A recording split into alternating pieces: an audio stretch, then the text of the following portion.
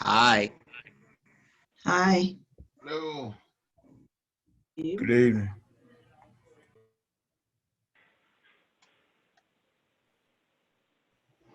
All righty, it's now 7:30. We will prepare to call a meeting to order. Roll call vote. Okay, Alderwoman West. Call the roll, rather. Just call the roll. We won't vote. Just call the roll. Okay. Alderwoman West. Yes, present, sorry. Alderwoman Tapman. Yes, here. Alderwoman Reed. You're muted. Alderman Carroll. Alderman Thomas. Present. Alderman Christian. Here. Alderwoman Dales. Present. Alderwoman Avant Elliott. Present. And Alderwoman Reed, can you say present? Alderwoman Reed, you're muted. Present. Can you hear me Thank now, you. friend? I do now. Yes, thank you. Alderman Carroll, did you? Here. Yeah. Okay, then the mayor's here and the city attorney, there she is. Chief Isla, are you here? Okay, Mayor. All the aldermen are present. All righty. Approval of the agenda.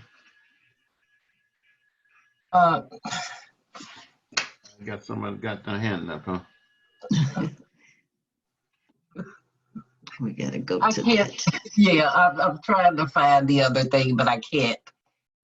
So my hand is raised. Okay, go right ahead.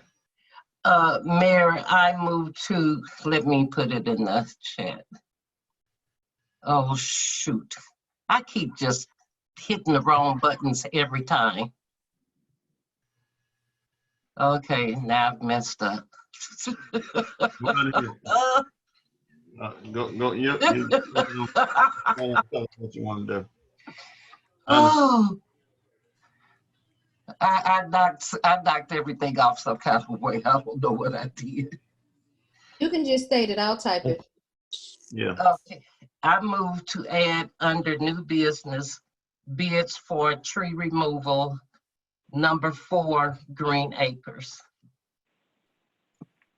Yeah, how can I get Alderman Thomas.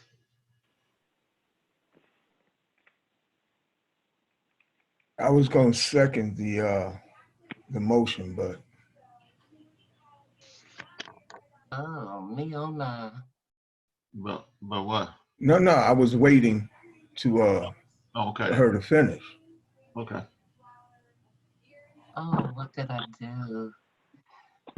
I'm gonna log off and log back in. That's all I can do. I don't.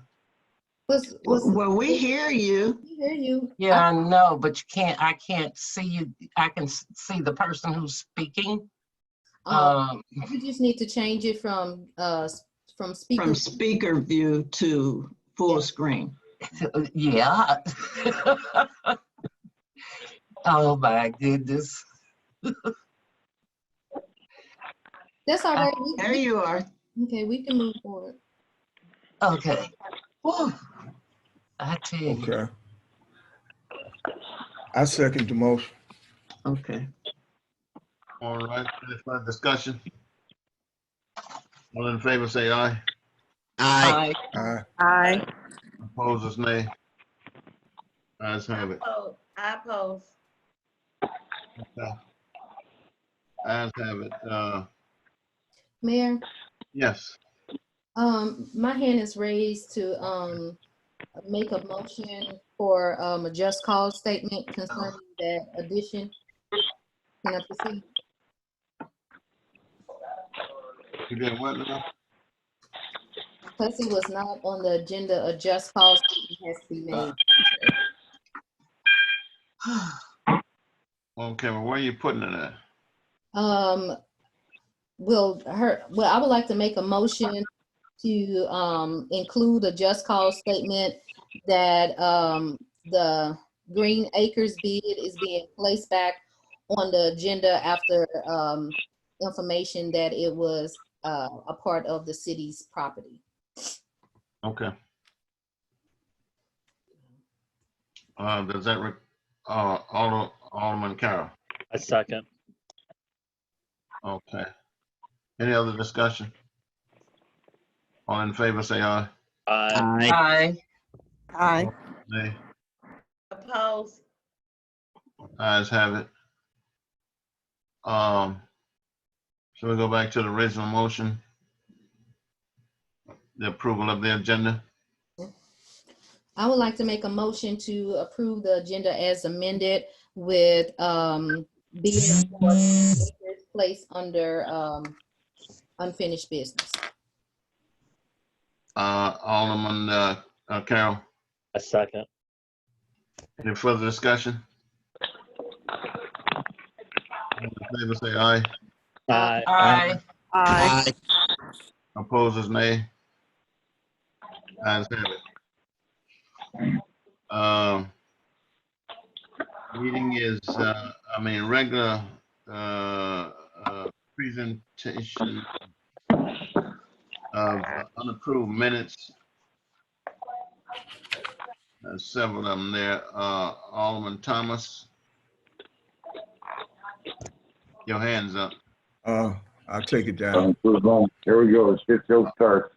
Alderwoman Elliott, You want Hold on, I saw that it indicated, just 1 minute, I saw that it indicated, okay, August the 20th, okay.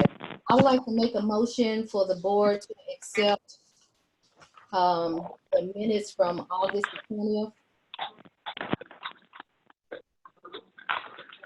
Christian second. any discussion? Alderman Carroll, I second. okay. Any other Was discussion? that, I'm sorry, Mayor, was that for August 20th, Avant Elliott? Yes, mm-hmm. Okay, Christian second that one. Yeah. Okay. Any further discussion?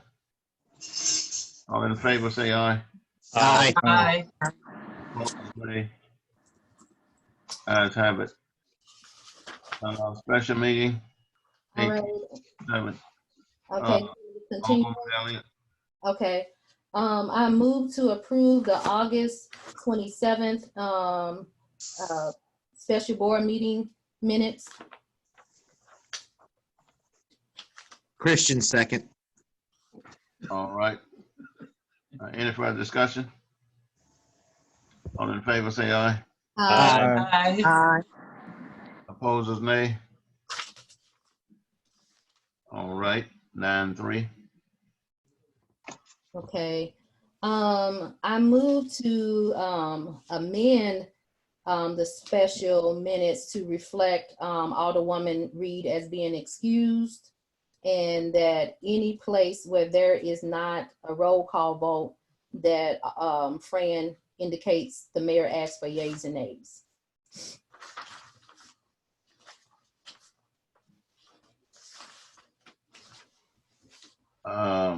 Is there a second?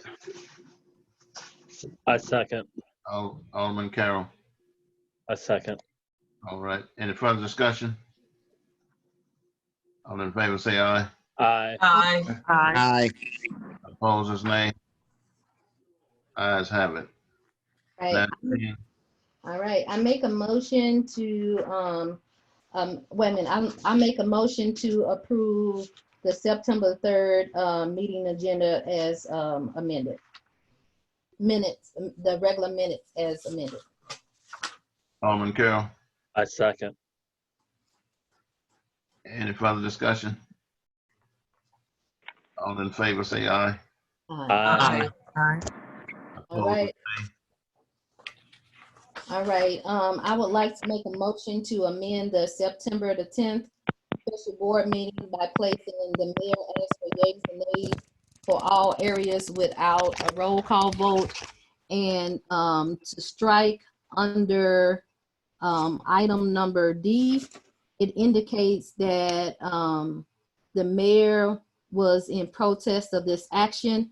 He only said it once, so the second one can remain, but the first one should be strike, because at 1 minute and 47 seconds on the recording, at that point, he did not say that. And I provided that in advance, but it wasn't removed. So, It was removed and those minutes were sent out. oh, As okay, well as so, put in your boxes. okay, all right. All of that was done and the Okay. minutes were sent out.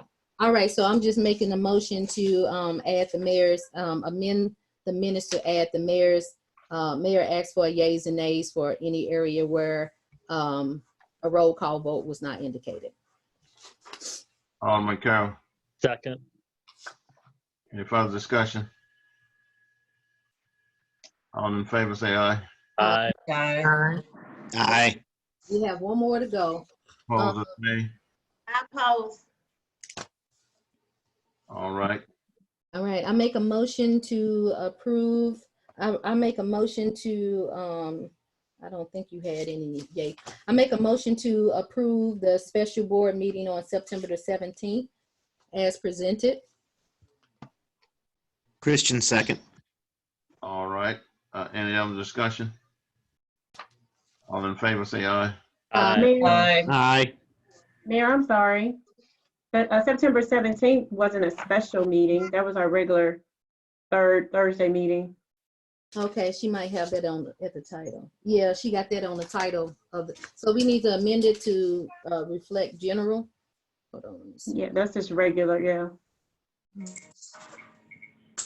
All right, Well, now, No, that was the special meeting for 7 o'clock. Our regular meeting started at 7:30.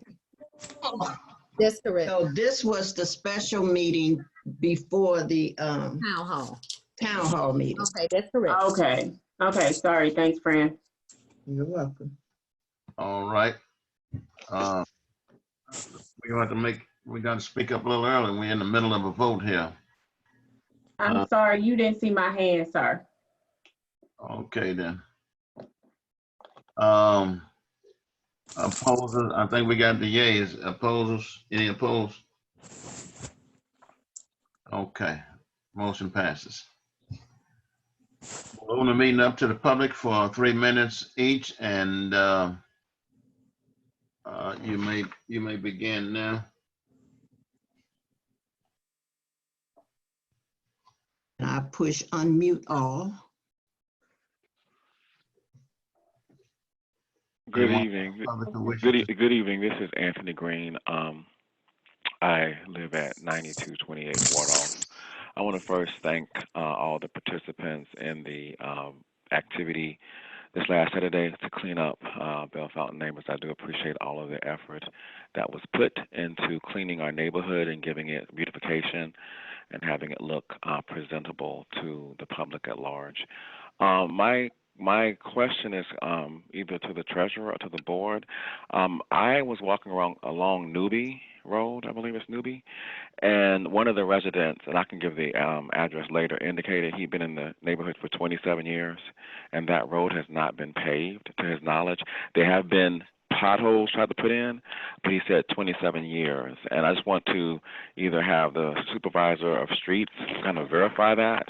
The condition of the street is very dilapidated. It looks like it was buckling. It had previously buckled in some places, but it's just, if it has not been, if that is true, in fact, it has not been paved in 27 years based on the condition of how it looks. I would like for us to talk about a timeline from a budgetary standpoint of when we plan to appropriate monies or develop a sinking fund to start getting, not all, but streets like that. That one's distressed. I think also Edgewater seems to be the same way, and I think I mentioned that in the prior meeting, that I know funds are limited, but we still have to talk about appropriation of monies and developing fund balances over time. To do that, I would think 27 years would be enough time for, if that is the case, for the city to come up with those kind of funds to make sure that the streets are paved eventually and that they don't buckle and cause additional damage to vehicles, to the axles of vehicles. So that would be my major concern. So I thank you. Thank you. Anyone else? This is Wanda Lane.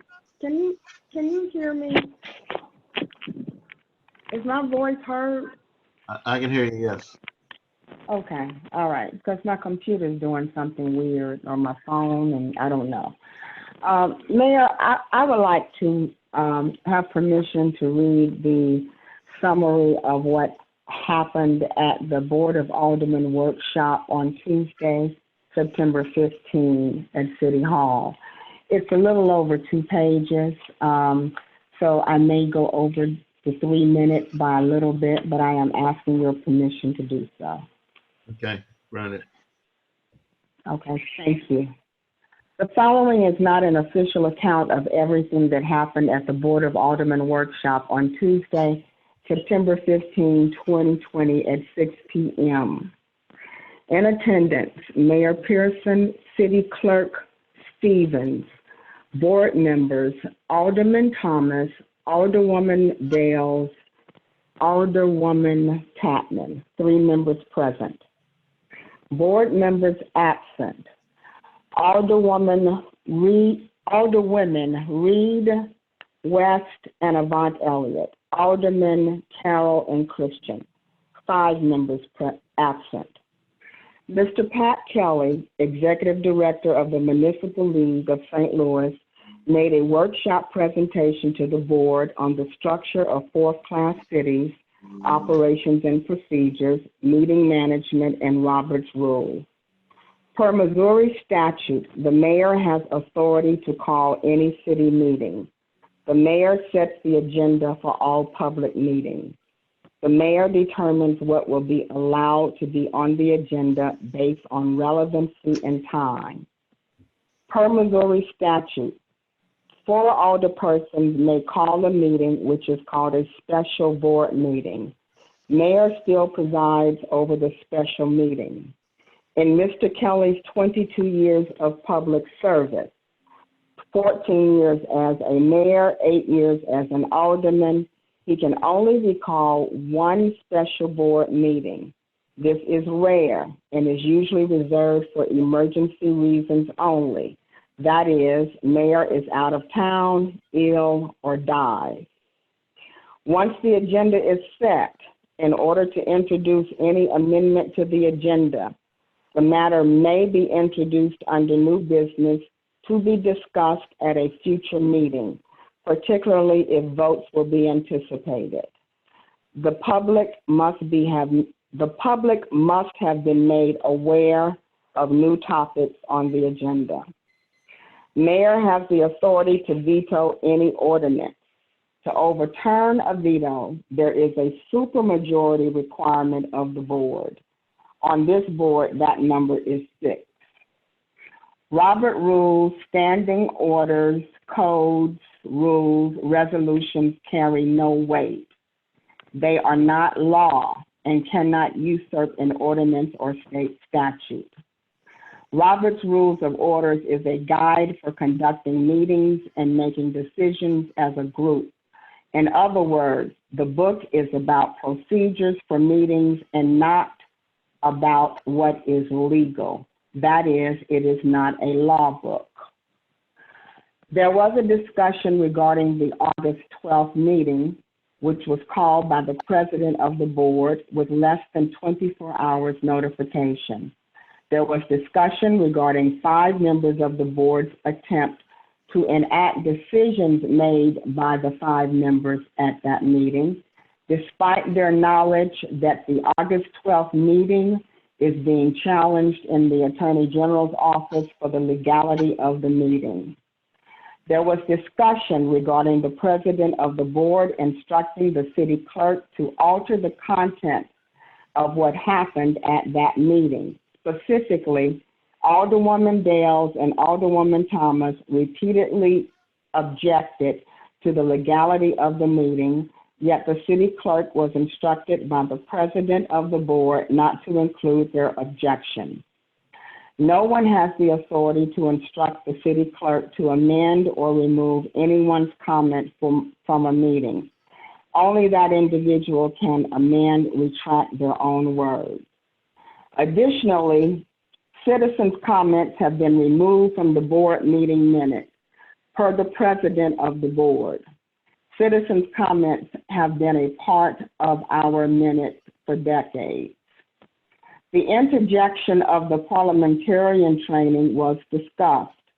Mr. Kelly stated, while the parliamentarian may have suggested what needs to be included in the minutes, it does not preclude what can be included in the minutes. The 5 members chose to adopt a myopic view, excluding what they wanted to exclude. Mr. Kelly recommends the city seek independent counsel for further direction. There are several illegalities at play, and he is not an attorney. The mayor should secure that counsel. There also was discussion regarding an order from the president of the board to the city clerk to mail some letters. The alderpersons in attendance knew nothing about these letters or their content. This order put the city clerk in a precarious position. Mr. Kelly suggested the city clerk not take any direction from any one specific individual, only take directions from the board. There were other financial discussions that were discussed at the public meeting. However, Mr. Kelly stated that no elected official can use their personal funds to secure grant monies for a public city facility. That is illegal.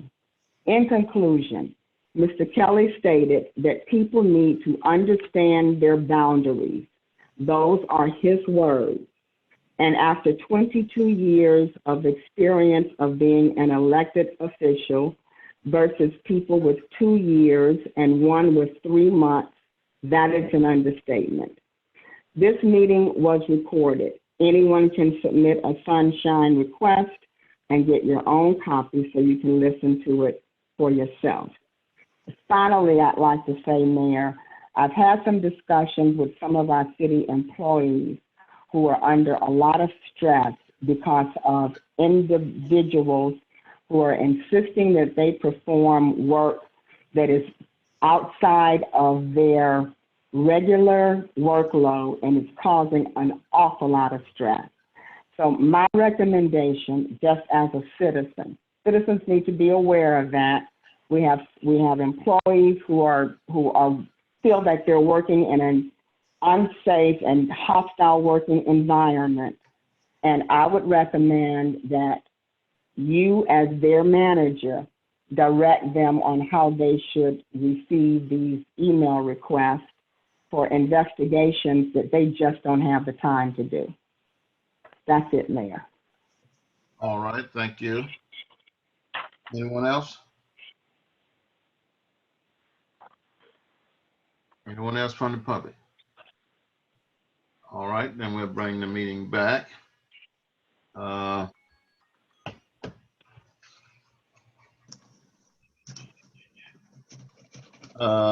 Commissions and board reports, Public Safety Committee.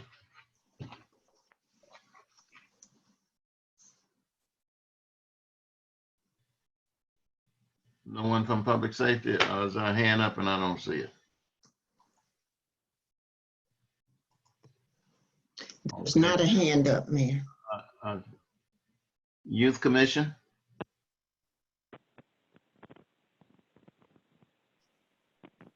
Image and Beautification?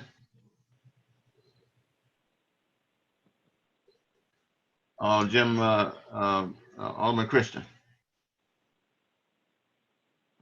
Thank you, Mayor. I just want to say thank you to all the citizens and the members of the board that were in attendance for the citywide cleanup this past Saturday. We got a lot of trash cleaned up, a lot of the main roads in the city and everything, and we had a good turnout. It was good weather, so I think we had more attendance, and I hope everyone can do the same when we have another one next April when we do another citywide cleanup. That's all I have on that. I too want to thank the leaders of the beautification and all of those who came out to participate in the cleanup. I thank all of you, and it was a good day, and you did a beautiful job. So we appreciate it. Park and Rec Board, Planning and Zoning Report. Loren, Alderperson Avant Elliott's hand is raised. Okay, Alderman Elliott. Can I go back to the Youth Commission and read their report? Okay. All right, they met on the September 21st. It began at 7, and all of the members were present except for a couple of them. They discussed Robert Rules versus Sunshine Law. They discussed background checks for members and how that process worked. They discussed volunteering for the back to school event. They spoke about the possibility of extra events, and they discussed storage of items purchased with the budget. We did receive communication, Fran, indicating that the persons were concerned about bringing items to the city based on their work schedule. But we are in the process of trying to facilitate a way that they could secure their items. They also talked about there was a vote taken and 5 members, which included the chair, agreed items purchased with the budget should be kept in the secure area that is locked with a key, but where the Youth Commission can access it. They concluded the meeting at 8, and the next regular scheduled one is normally after this meeting. So that was it for their report. All right, thank you.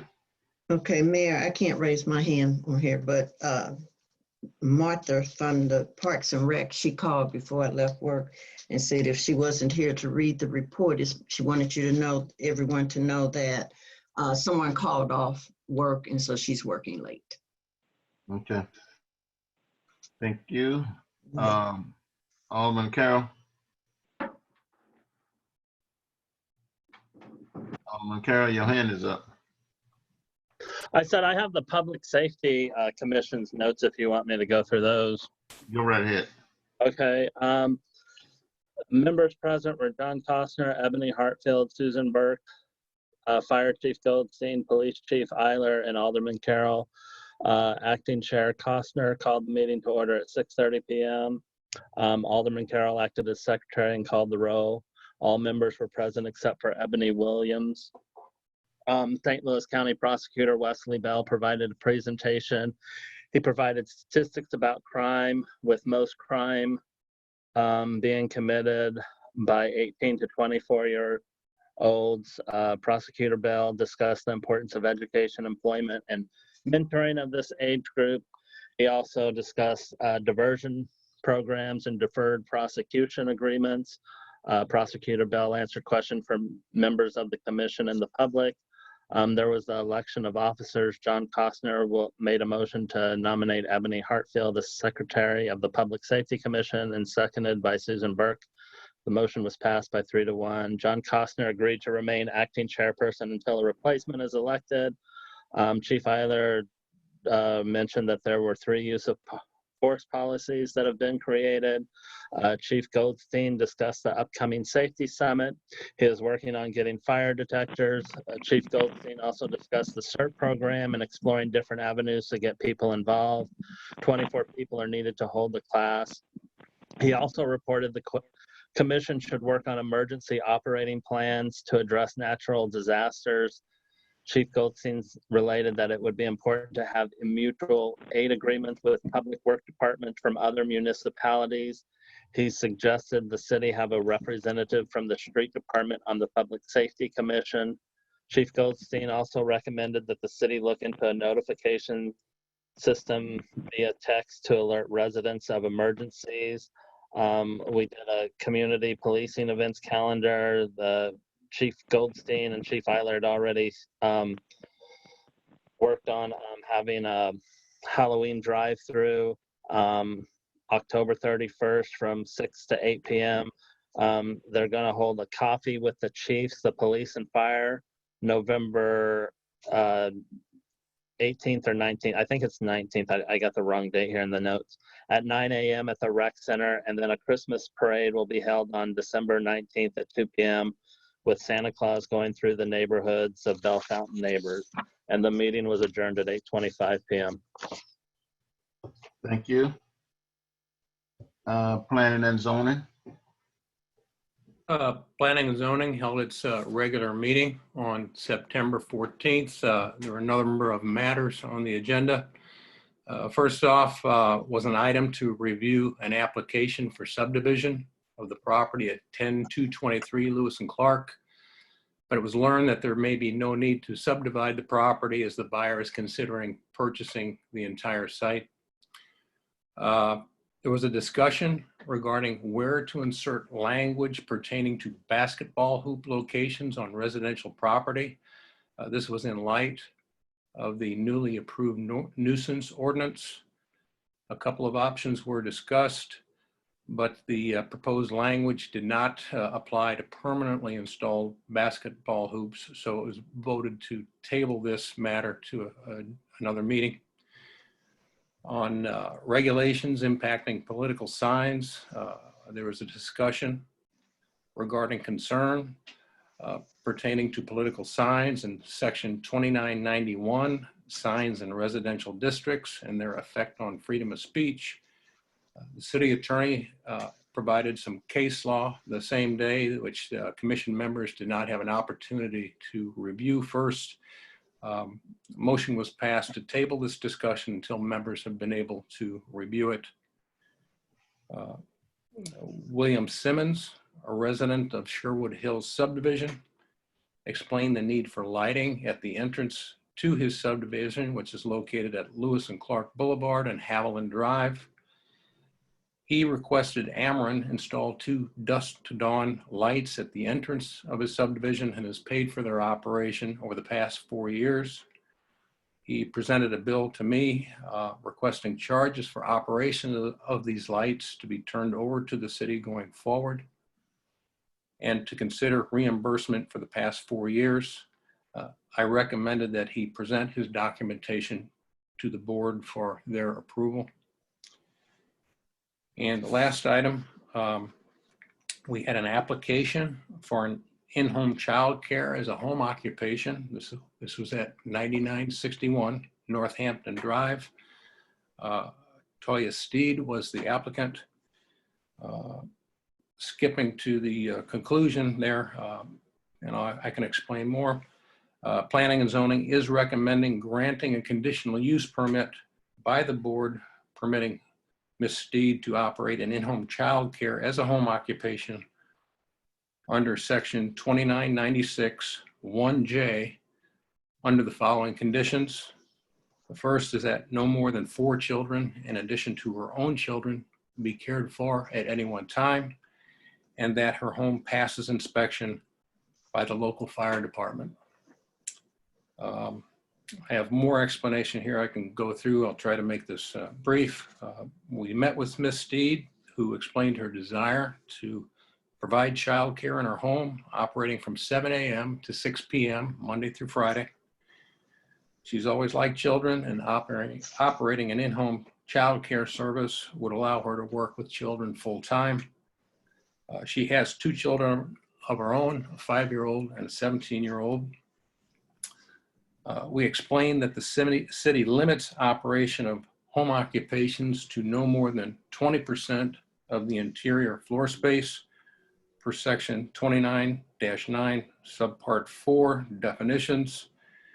Her home has 846 square feet of interior space.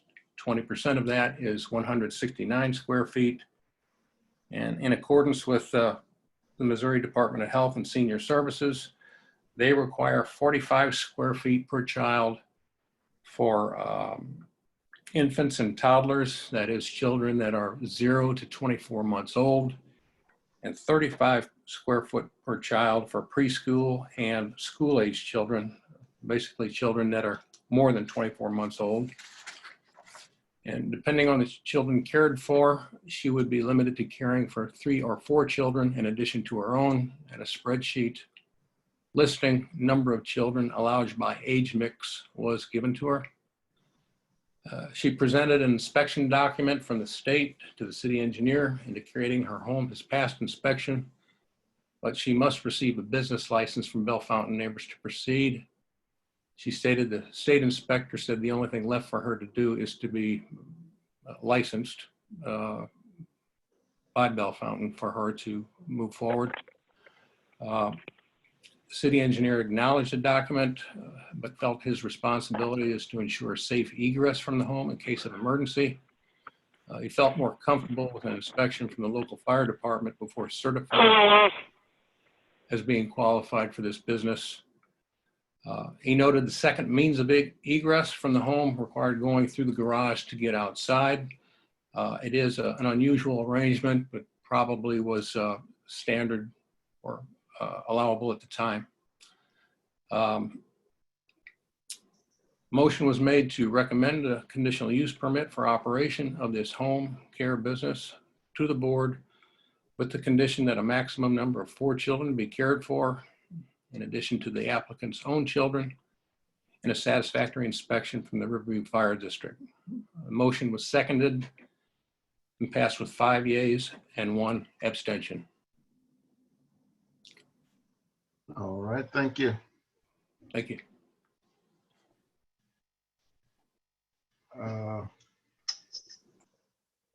Approval of invoices over 500. Mayor, my hand is up. I would like to ask Pat a question. Go ahead. Is the abstain in the minutes? The person that abstained, is that in the minutes? We did not do a roll call vote. Okay, thank you. All righty. Alderman Christian.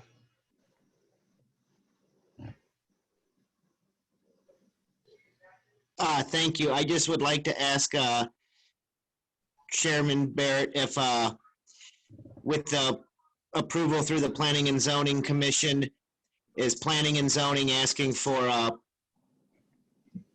it to move to the board and have a public hearing when to become available? It would probably be the November meeting, the first November meeting for this to continue on. Yes, I am. Yes, I am. There would be notices mailed to all neighbors within 185 feet of their property. And certainly there is information that I need to forward to all board members relative to this application. May I make a motion for that, please? Yes, you may. I would like to make a motion for a public hearing at the first meeting in November. I'm sorry, I do not have a calendar with me. For a conditional use permit for an in-home child care as a home occupation for Ms. Toya Steed at 9961 Northampton Drive. Alderwoman Reed. I'll second that, but I do still have a question, Mayor. What's your question? Let's go ahead and finish this motion. The motion is completed. It's been made and you second it. Any discussion?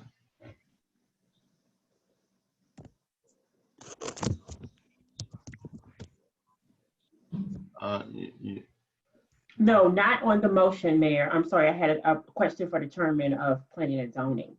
Oh, okay. I'm sorry. All in favor of the motion, say aye. Aye. Aye. Opposed? Aye. Motion passes. Alderwoman Reed. Thanks, Mayor. Do you know what ward Northampton is in? It's Ward 1. Oh, okay, thanks. And You're then, welcome. I was wondering, I know you mentioned about the lighting at Sherwood. I know that's a private area, Pat, but was this at that owner's request that they, just quickly, did they request for that additional lighting through Ameren themselves? Or was that made by Bellfound neighbors? Just want a little understanding of that first. My understanding is that Mr. Simmons took that on his own. Okay, so it was not at our direction, and they do have a HOA. Okay, thank you. All righty, we'll move right along. Chief's report. Don't we want to No, we're on approval of approve the bill? invoices. Oh, we did, okay. Good. Sidetrack. Approval of invoices over 500. Did we get a motion and a second on that?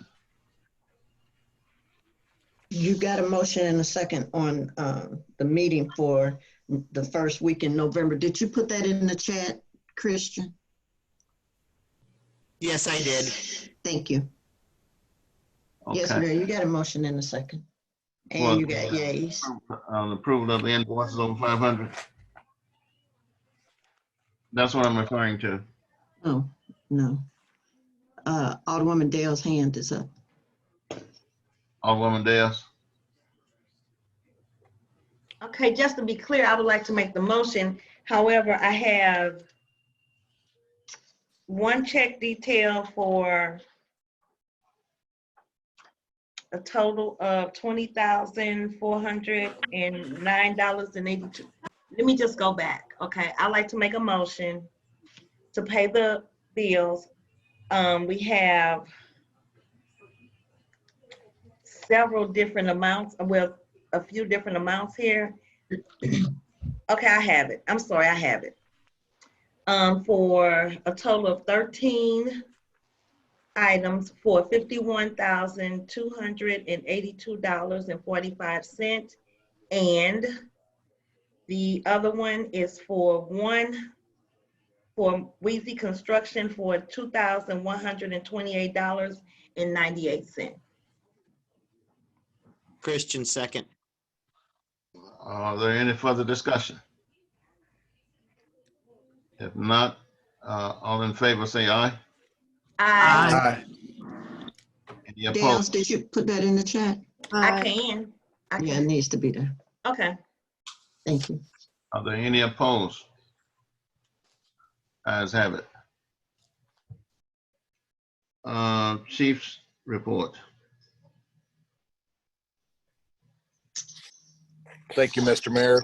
I want to start off with, there is a bill under new business this evening that is part of our medical insurance program for our employees.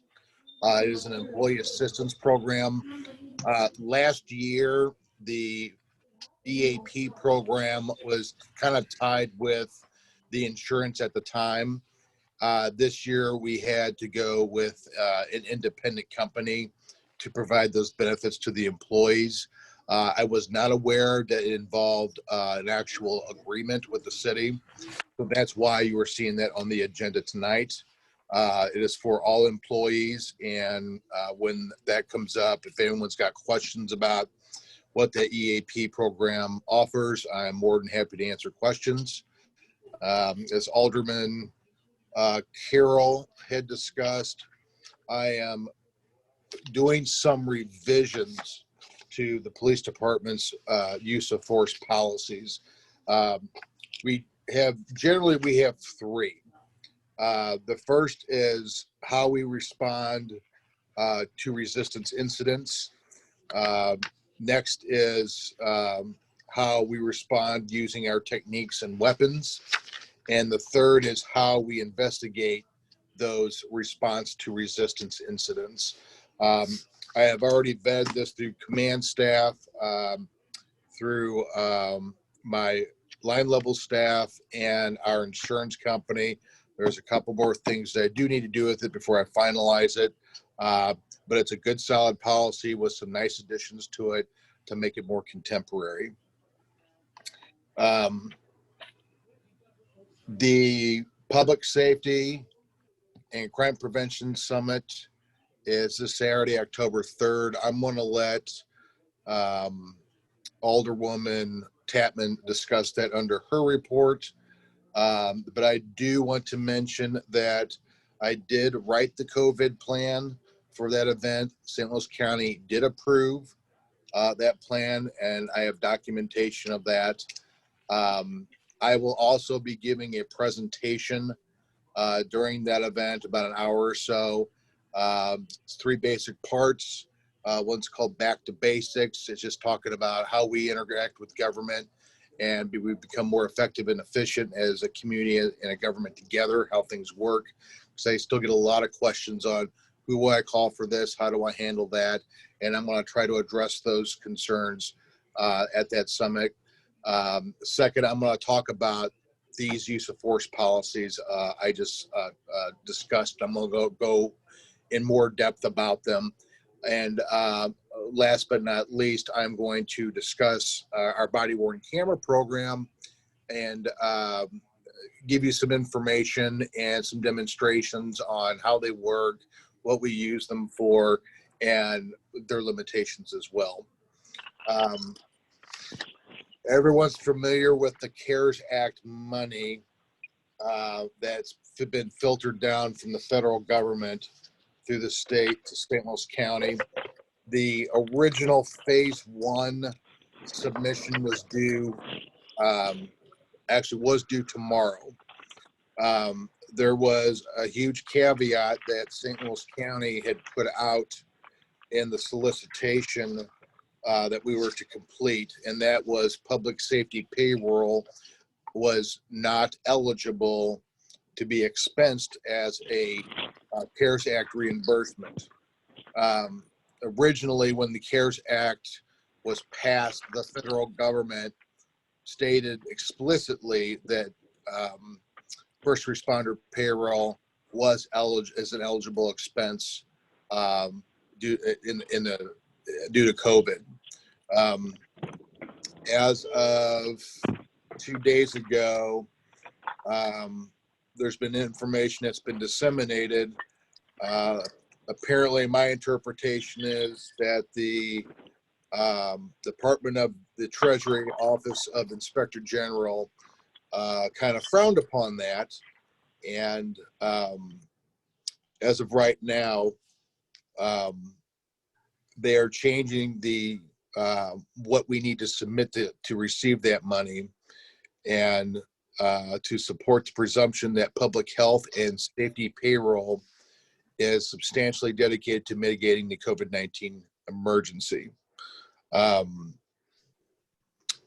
Also, a point of contention here, which is kind of important, it states if the process outlined by the federal government is not followed, the county as a prime recipient is at risk of having to pay back the funds awarded to the municipalities. The deadline for submission has now moved from tomorrow to next Friday, October 9th. I don't know if anybody from the courts are online, but I'm just going to mention that I have received information that municipal court will begin. First scheduled session is October 21st. All sessions until further notice will be conducted in a virtual manner. The police department will be giving out postcard size cards when we issue citations or summonses to court to kind of explain the process. Lastly, we've been working with the St. Louis County Prosecutor's Office. Actually, a group of us have police chiefs, and they have formed the St. Louis County Prosecutors and Area Car Theft Carjacking Task Force. They have assigned 4 prosecutors to this unit.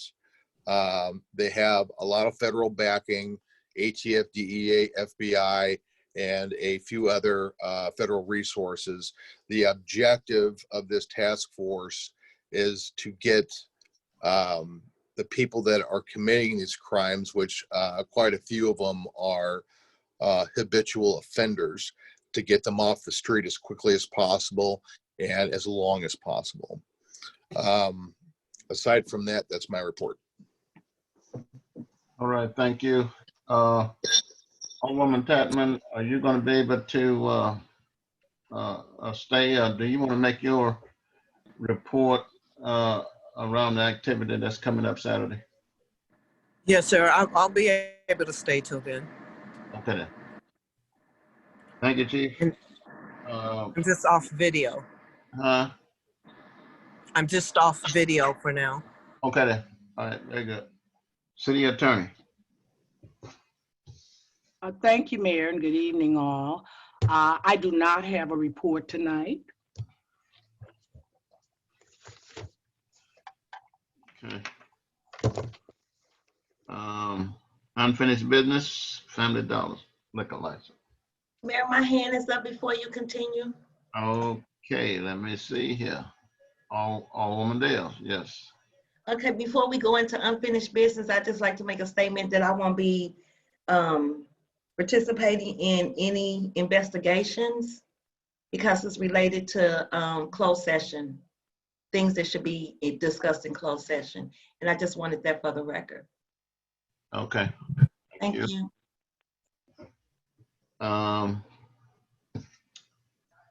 Family Dollar.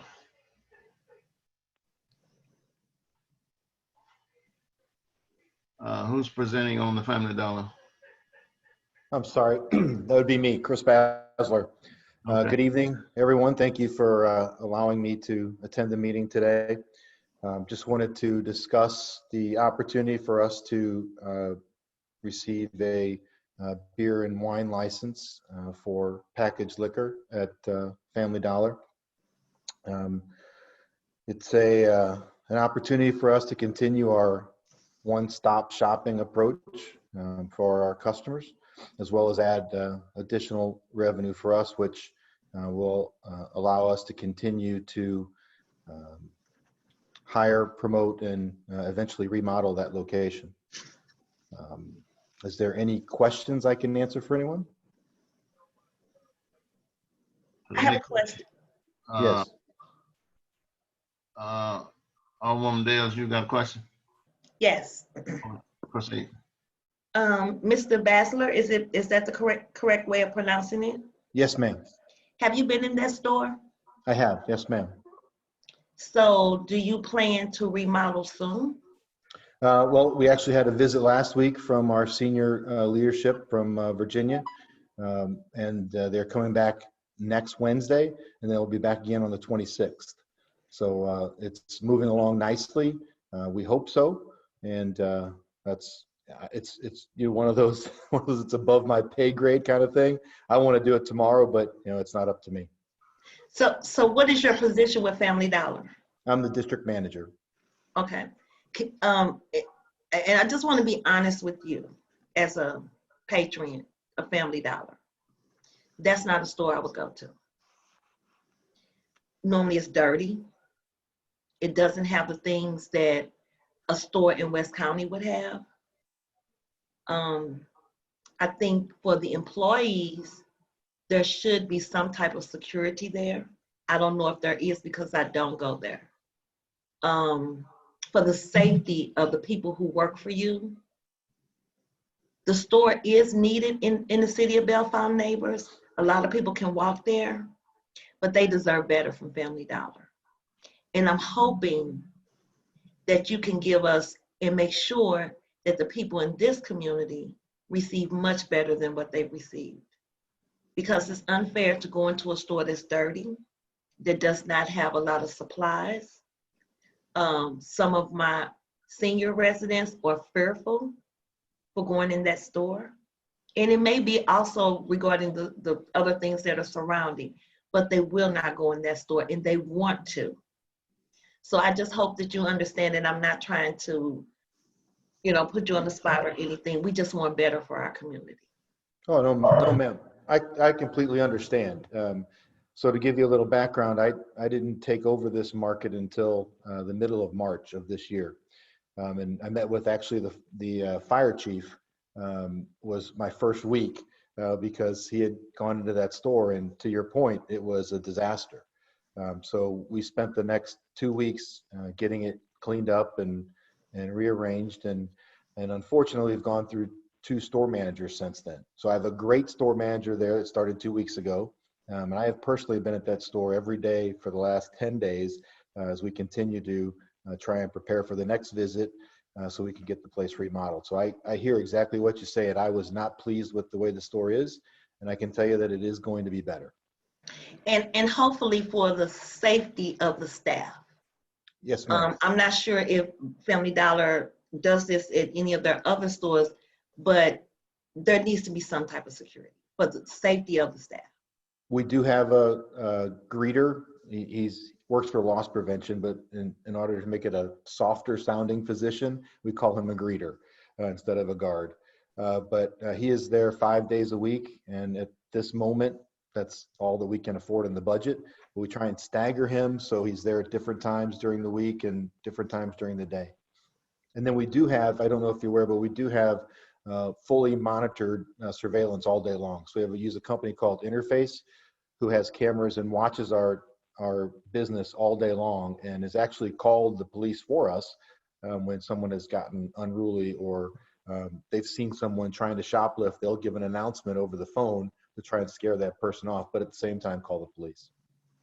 Thank you. Alderwoman Chapman. Yes, I'm sorry. Mr. Baxter, good evening. I had a couple of questions.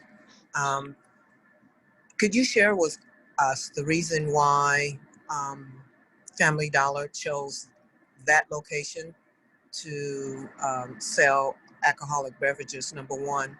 Number two, have you met with the police chief to get the statistical data surrounding the number of shoplifting and crimes that are generally in that vicinity, i.e. maybe tied to the store?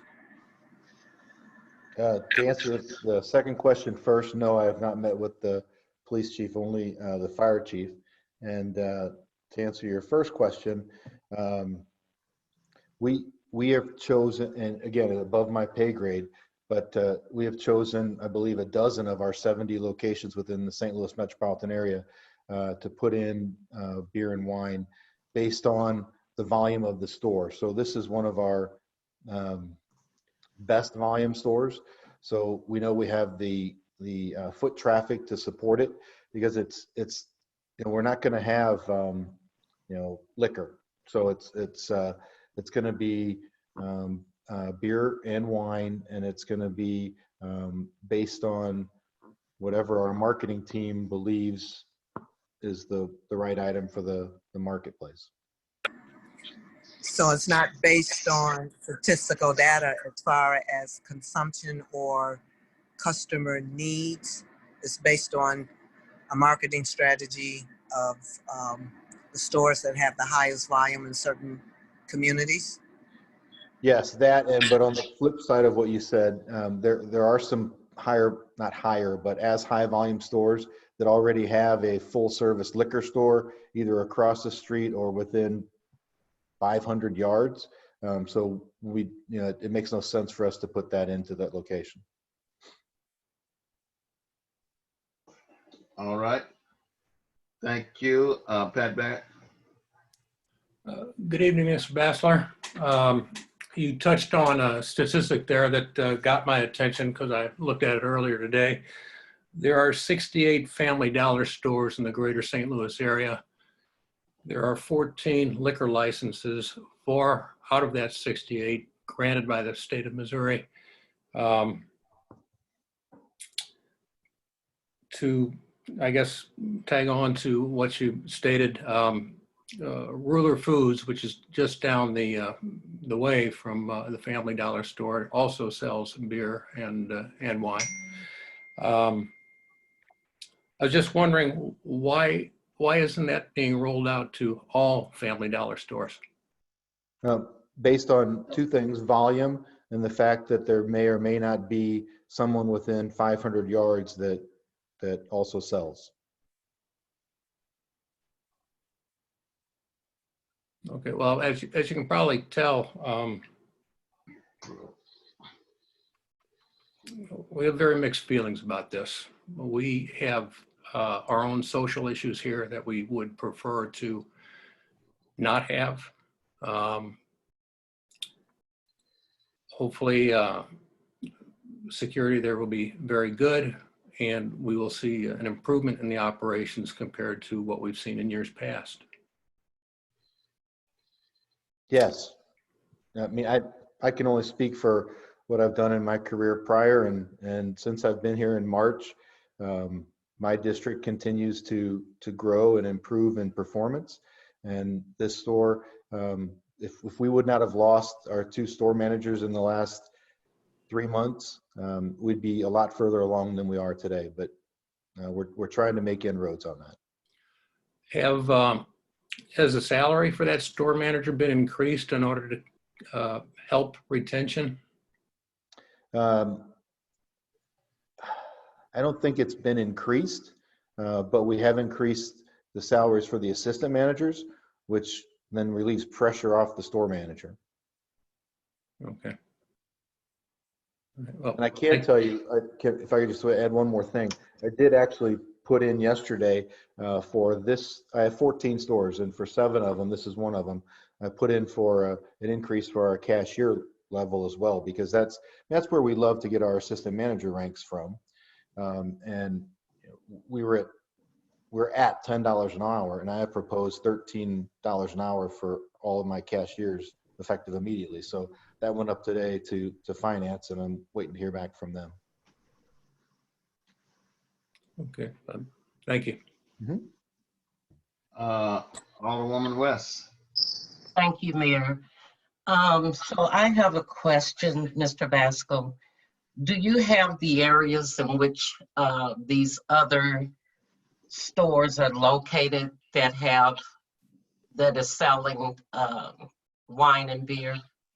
No one's selling yet. We're in the rollout process for St. Louis. I know I have one other location, which is at, I just know the store number. I'm still learning the addresses, but it's in Cool Valley, right at 70 and New Florissant. Okay, so let me just be a little bit more blunt. First of all, I drink alcohol. I enjoy drinking occasionally, and I do visit the Family Dollar quite often. And every time I go in there, I am disappointed. I have spoken to the store managers. I have spoken to staff who are on the phone while they're waiting on customers. And like the other alderwoman stated, and you agreed, it's a disaster. We deserve better in our community. And the people that live in Bellefontaine Neighbors, for the vast majority of them, do not want another liquor store. And so because of that, I have to agree with it, even though I drink. And I have other problems with Family Dollar, and that is residents, along with myself, have written Family Dollar, and they don't even care to write us back. It's almost been like they really don't care. So my concern again is, it seems as though every time somebody, an organization wants liquor stores, they put them in African-American communities. And that's one of the things that is not being said that I am saying. So that is a great concern here in Bellefontaine Neighbors. Okay, well, I would like to just clarify, we're not going to be a liquor store. We're going to have beer and wine. Okay, alcohol. Okay, but I know to me, it's 2 different things to add that liquor to it. To me, all of it's liquor. So, you can choose whatever words you want, but I'm choosing the words I want to use. Okay. And in addition, as someone else stated, Rulers is 50 feet away, and they're selling beer and wine. So I just don't see why we need 2 places so close in proximity selling beer and wine.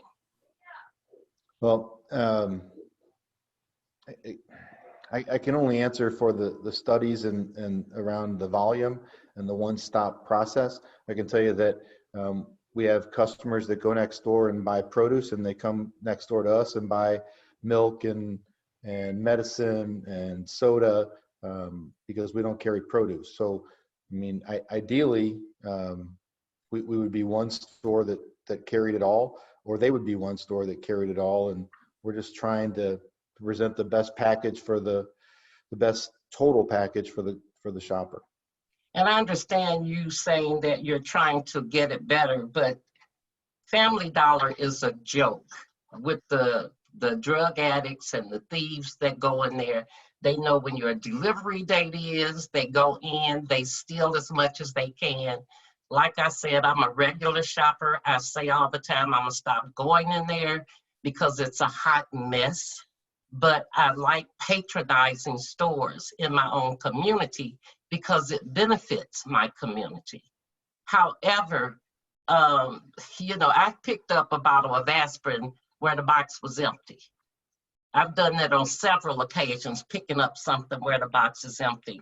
So if you do get this license, and I really wish there was something we could do to deny it, I would suggest you do a lot better. All right, thank you. Thank you. Chief? Thank you. Yes, sir. Can I ask a question? Yes, please. Hey, Chris, this is Jeremy Eiler. I'm the chief of police for Bell Fountain Neighbors. My job is to help people succeed, businesses, residents alike, and it's usually done through safety measures. Does the company use some sort of metric for scaling safety measures as loss increases or problems increase at the store? Yes. So every time there's an incident, we call it, whether it's a found package, as you just mentioned, or a run out, or a belligerent customer that may have an altercation outside or inside the store. Each one of those incidents is logged, and then the number of incidents, and I don't know what the equation is, but the number of incidents is then transferred into the amount of hours you get for a greeter. Is there additional security? Like that store is also getting additional face recognition cameras. So when someone comes in the front door and they're a known face, it will alert the security company that we have a potential problem. That's very great. I never knew that. That's good. If you would do me the honor, if you would give me a call next week, I'd like to have either a sit down or just a phone conversation with you on how we could set up a safety plan. Like the head of planning and zoning said, we have certain social problems and elements in our community that we are trying to suppress. And we don't want what you're doing to increase that. So I think if we can come together and have a mutual understanding that when things do happen, we can put things in place to mitigate those things as fast as we can, that would help out immensely. I'm not hard to find. Give me a call next week and we'll set up a time and we'll have a chat. Appreciate it. I'll do that. Thank you. You're welcome. Alderwoman Elliott. Yes, Mayor. I would like to ask whether or not our collector is here because technically, if it's under unfinished business, it's listed because someone has indicated that they've met all requirements and we will be making some type of motion. We are not typically have anyone doing any presentations, so I'm trying to figure out if the collector has approved this and we're just making a motion on it, because the conversation was not relevant to whether or not the license has met all the requirements. Has it met all the requirements? And we're making a motion on it. Is there someone to confirm that? Online? No, I don't see her, Mayor. Okay, then. She's not online. But do we know that the items have been approved and that's why it's on the agenda for us to vote on? Because I wasn't aware that a presentation was going to take place. So I was confused why I was on there based on some of the emails that we received about the requirements not being met. So if that's the case, that she's not here and she has not indicated an approval, can we move on to the next agenda item? We can, but I have some hands up and I would like to get to them. Alderman Christian. Thank you, Mayor. I want to speak for a moment to the district manager as someone who works in retail and has worked in retail for almost 30 years. I understand everyone's concerns about having another location in the city that sells alcohol, but I also understand how general stores, dollar stores, however you want to classify them, are moving in diversifying into different areas of what they sell and things. I used to work for the competition of Family Dollar at one time, and they also sold beer and wine at the location that I worked at. One of the biggest things that I think that would help if those items are sold there is to have the dedicated people there and everything. And I know when new district managers come in and new general managers come in of stores and things, you're trying to find the right time. And if you're relatively new coming in March, you're going to try to find your own group of people that you're going to be able to work with and everything. To talk about raising the pay would probably help. Some type of security there. And I know a lot of those things don't have a lot to deal with you. You're at the low end of upper management, I guess, how we would be in retail. General managers are the high end of the store. District managers are the low end of the corporate ladder. But for you to work on those things and everything and to find a dedicated team that would really just work together real well, that make that store look great and everything, I think that would quell a lot of stuff that would make people comfortable and everything. And if alcohol or beer and wine was sold there, but the store looked nice, people felt safe going in there. You had a team of people that when they walk in, people or the employees say hi or thank you when they leave, and are just friendly and how most people want to shop.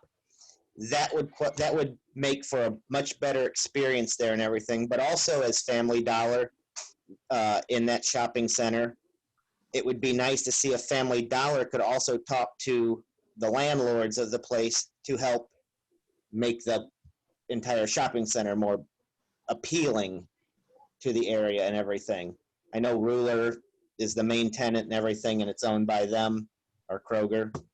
But as one of the tenants to actually help with that too, the more appealing and everything, the better it looks, the more it's upkept and everything, the better it's going to be. You're going to get more people there. You're going to increase your sales. You're going to be better. The citizens would be happier to go along there and everything. That's just my take on it coming from a retail side. And that's all I have on that right now. All right, thank you. Alderman Thomas? Yes, this is Alderman Thomas, Mr. Baszler. Have you been in contact with our license collector since you started this process? No, I have not. That was someone in our home office that took care of all that. Okay. And do you know what the particulars are to qualify for us to approve the license? No, again, that was, as far as we knew, everything was approved and ready to go. And then we received an email a couple of weeks ago that I needed to still appear before y'all to answer any questions, and that's why I'm here. Would you mind telling me where you reside at? Columbia, Illinois. Columbia, Illinois. Okay. All right. And, sorry. Now, one other question. You mentioned 500, did you say 500 feet or 500 yards to the closest liquor establishment? I said that our general rule was based on volume and the proximity of if there was a liquor store nearby, and if there was a liquor store 500 yards or less, we normally walked away. And so by liquor store, you all define that as selling liquor versus just beer and wine. Right. And full liquor license. Yes, sir. Okay. Thank you. Thank you, Mayor. Mr. Anthony Smith. No, I think that's a resident. They can't speak, Mayor. Alderwoman Elliott. Just for clarification, Mr. Bassler, who invited you to speak? It was our attorney and someone from the city. Okay, we weren't aware of that. We normally just approve based on the collector indicating that all requirements have been met, and then we approve. And at this point, we have not had that confirmed. So Okay. I apologize if your time has been wasted. We won't be able to approve it without the collector saying that everything has been met. So that's why I was asking about the process. So, Okay. but thank you for coming and engaging in the conversation anyway. Well, it was a pleasure meeting everyone. Good. Thank you so much for being with us. Thank you. Carnival investigation. Alderman Carroll. I move for the Ways and Means and Human Resources Committee members to investigate the ordinance violation of the special permit, share findings, and render recommendations for board approval.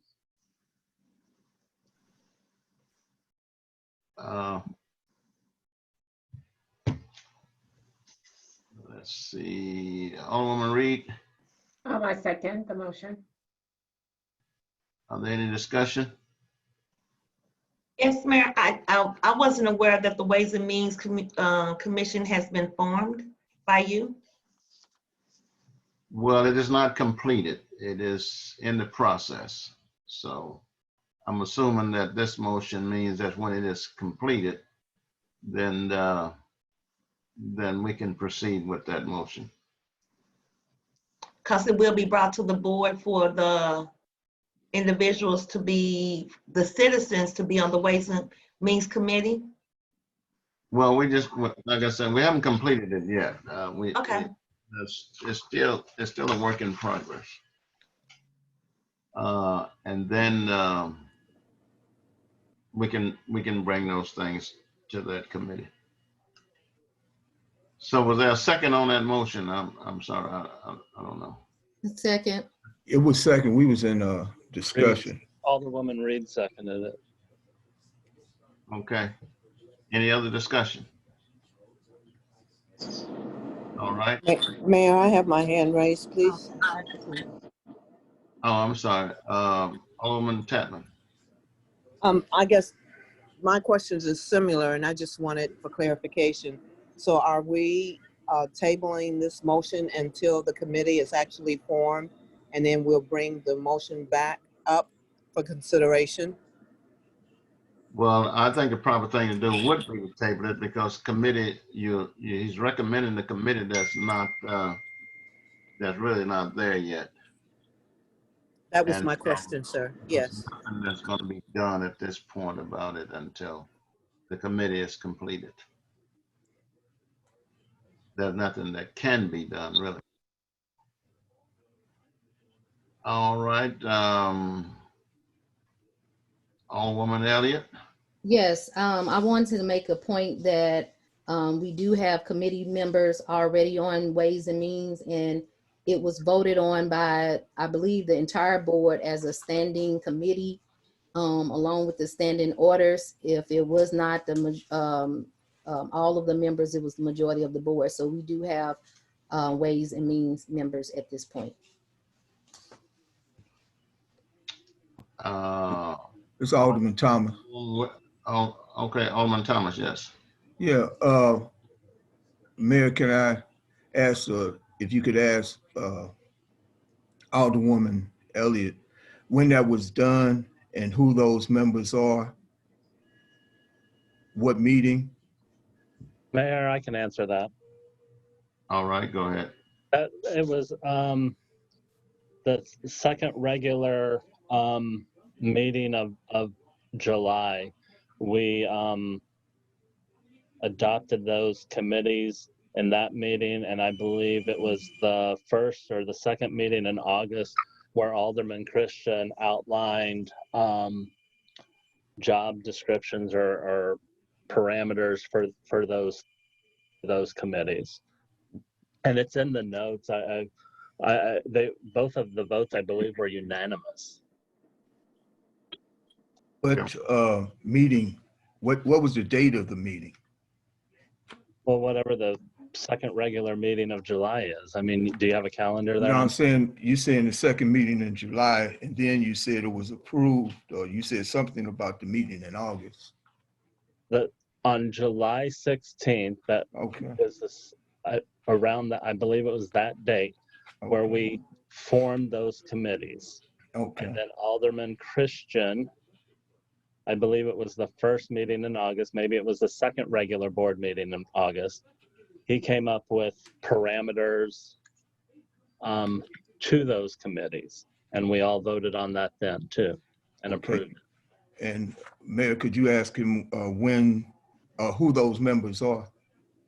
Yeah, who are they? Mayor, I'm sorry. We all have to read our minutes. You know, that's why we vote on the meeting minutes. All of this is in our minutes that we've approved already. Alderwoman Chapman.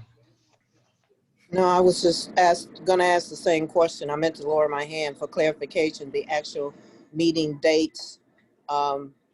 Because I think maybe one of the meetings was August 12th, and I'm concerned that that is a meeting that's still under investigation, that any actions in that, that we're starting to adhere to when that meeting is still under investigation. Okay. Alderwoman West. Those are two times that these committees were brought up. There was also a third time. At the August 12th meeting, Alderwoman Dales and Alderman Thomas were present at that meeting. They refused to get on a committee. However, one of the meetings afterwards, I think it was Public Works, that Alderman Carroll removed himself from, and Alderman Thomas volunteered to be on that committee. So it's been brought up several times. And again, they have been in the meeting, in the minutes. And so now we have the dates that they occurred. I don't know what else you want, but it was not just the Ways and Means Committee. There were several committees. In fact, one of the residents in Ward 1 called me and wanted to be on one of the committees who had attended the meetings. And I told her that Alderman Christian was the one who put these committees together. And I spoke to Alderman Carroll, and he said, no, these committees are for board members only. And so that's the way it is. I'm sorry.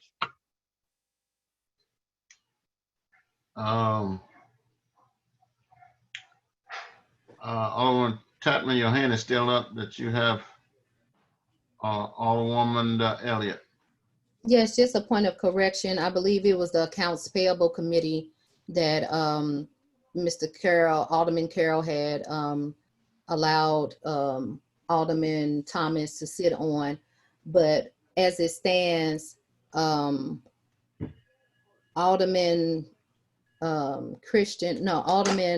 Carroll was the only member that was on Public Works. And then with the other committees, it was myself, Reed, and Christian, and then the other one, Alderwoman West was on the human resources. Yes, but we voted to remove the legislative one in a meeting a couple of meetings ago, but it all should be in a minute. So every person's name, everybody nominated, the individuals who did not want to be nominated at the particular time is all recorded, but a committee is already actually established. Alderwoman Dales. Thank you, Mayor. I would like to ask Attorney White Coleman, based on our ordinances, any commissions or committees, not committees, but commissions such as Ways and Means, wouldn't that have to be authorized through the mayor through ordinance and also include residents? That's a question. Alderwoman Dales, I see nothing in your ordinances which address that.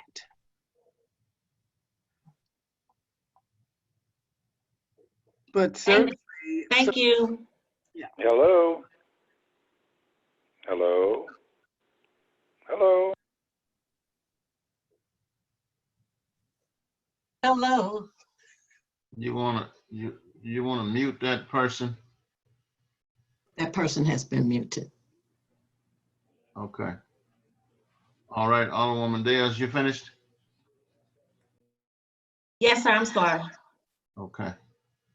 All right, and so now Ways and Means, and I know that you guys rushed on in there and put people on this committee, but when you put people on, people that go on those committees have to be need some input from the mayor, and so and I've not given an input because it was just you rushed on through. And the Ways and Means Committee is a committee that I had asked Alderman Carroll to pull Christian. together. I'm sorry, Kristen, to pull together. And so before I accept those people that are placed on it, I really need to know who they are and sit down with them. That is not a committee that I want stacked. I want that to be an even keel, fair committee. And that's where that stands right now. Mayor, may I ask a question for clarification? Go right ahead. In the training that you received with Pat Kelly, or based on what the attorney said, is there any ordinance that you're aware of that requires the mayor to facilitate that process? I'm not facilitating the process. You I indicated don't know that. whether it is or isn't, but I'm not facilitating the process. I asked the older person to facilitate the process. That is the one that I want input from. And that's where I'm gonna get it from. The reason why I asked is because when you started mentioning the Ways and Means, it was already approved. So we were just a little confused when you started mentioning it because it had already been approved on previous board meetings. Yeah. Well, I don't know anything about that, but anyway. All right, let's move to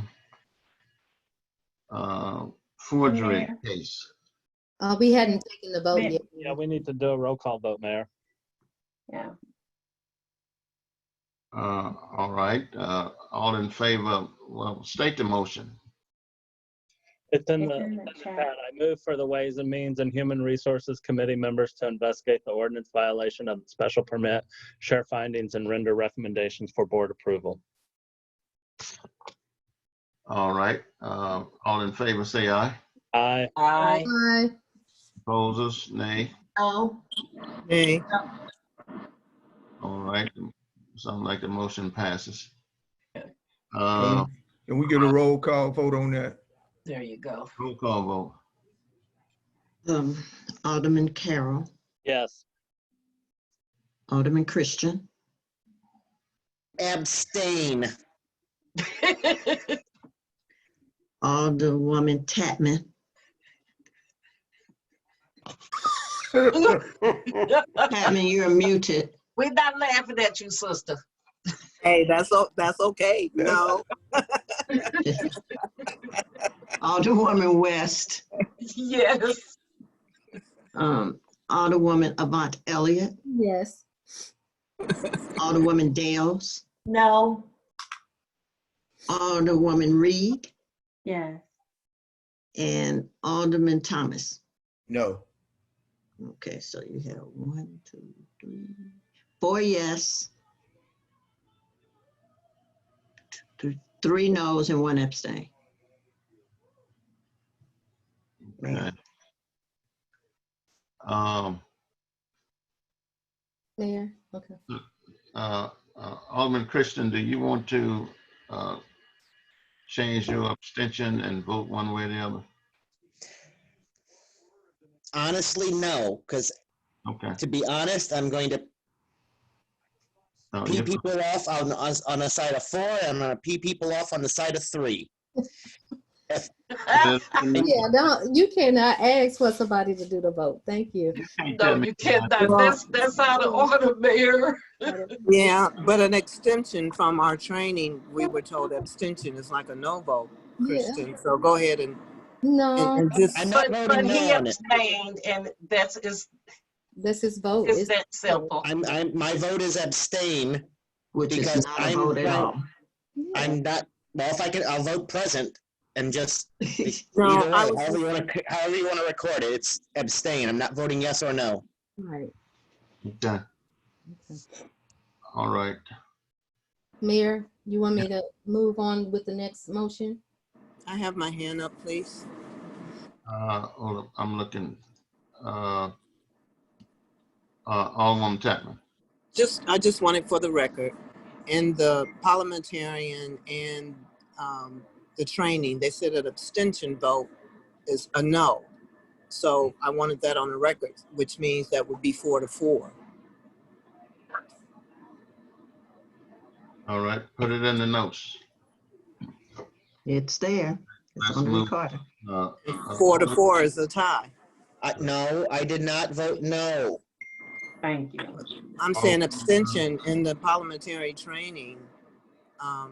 They said an abstention is best not to do that because that's counts as a no vote. You should abstain when it's a conflict of interest with you and the vote does not count as a no. No. Okay, let's move on. Let's move forward. Alderwoman Elliott. All right, I move that the board submit complaints to the state, local, federal agencies to investigate the alleged forged signature on the special permit for the carnival. You must, would you say it again, please? Put it in the chat. I move that the board submit complaints to local, state, and/or federal agencies to investigate the alleged forged signature on the special permit for the carnival. Mayor, may I make a statement? Yes, please. We need a Really? second, sir. We need a second before a discussion. Go ahead and make your statement, Chief. They've been doing it. Alderwoman West second. Thank you. Sir, the matter being discussed at this point is being criminally investigated by the St. Louis County Police Department. And I don't know how We're many. not discussing it. We are making a motion to have it investigated. There's a difference. And when you choose not to participate in any other conversations, I would appreciate it if you would stay out of this one. Thank you.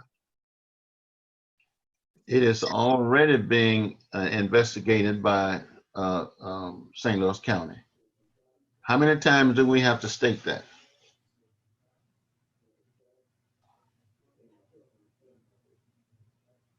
As many as you want to.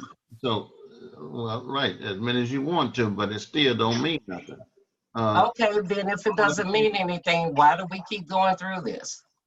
Because you keep on bringing it up.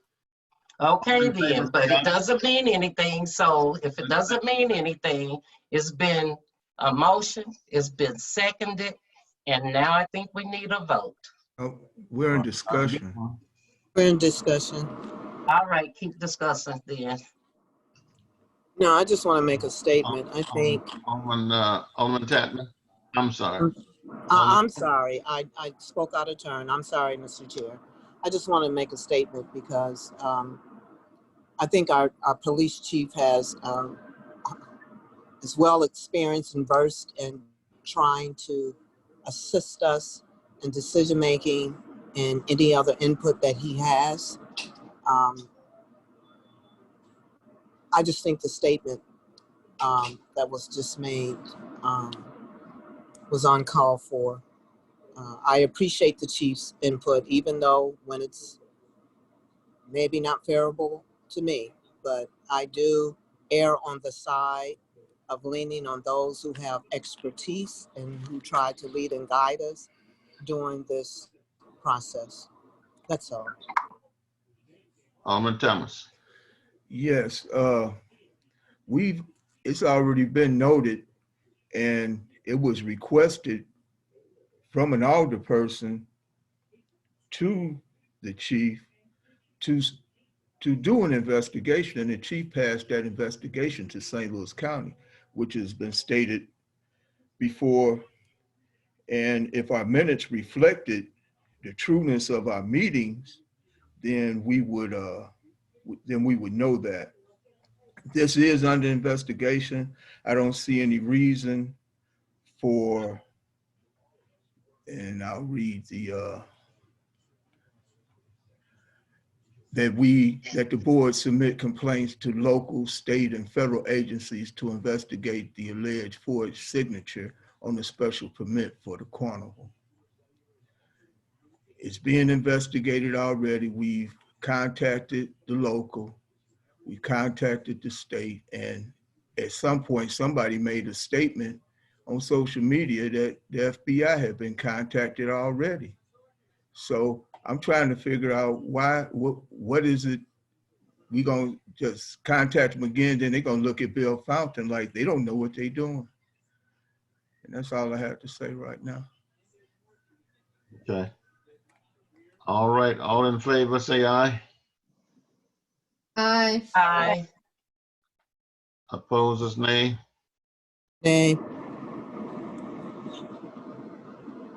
Okay, roll call vote. Roll call vote.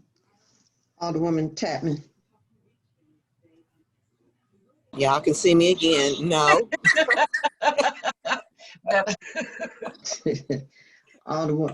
Alderwoman Avant Elliott. Yes. Alderman Christian.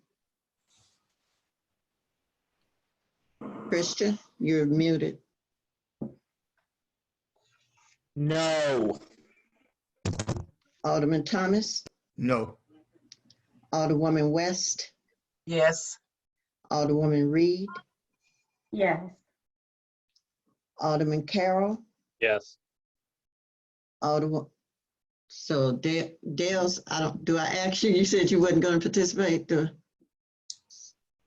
Dale's. That's I'm what not she making said. any comment, but I can vote. Okay, well, Alderwoman Dales. No. Okay. Okay, so you have 1, 2, 3, 4 yes. And 4 no. I vote no.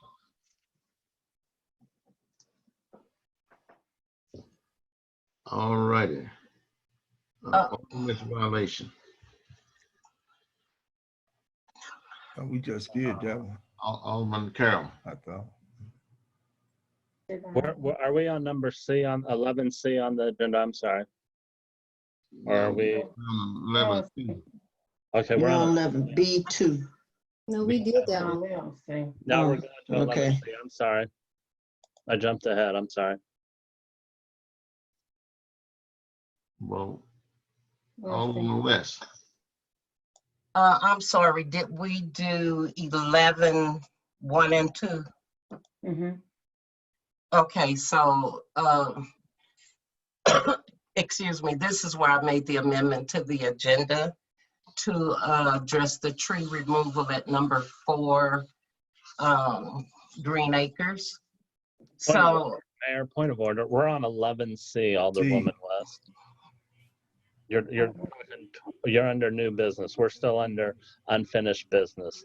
No, that's where I'm supposed to be. Yeah, I made a motion for it to be unfinished because it was from, we had it on there before. Yeah. All right, so where are we? We should be on 3. 11C. 11C.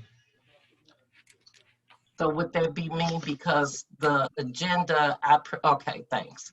Yes, that's you. So the reason I asked that this be put back on the agenda is because I have received a call from the resident there, and because of what he said, I conducted an investigation which involved me, and he is a resident of Ward 1, by the way.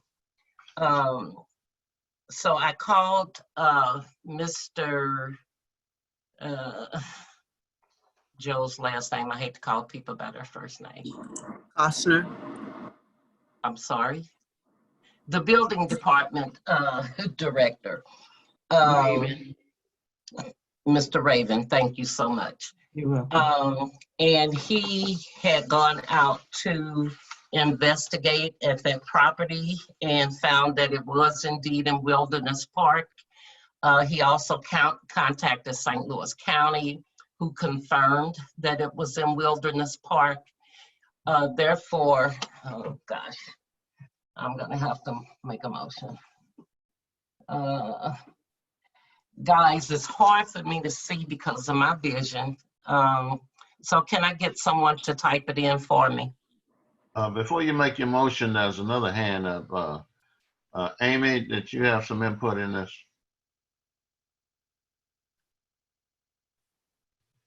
Amy?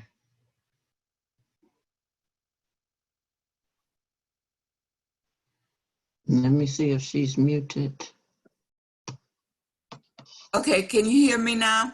Yes. Yes. Okay, I did go into the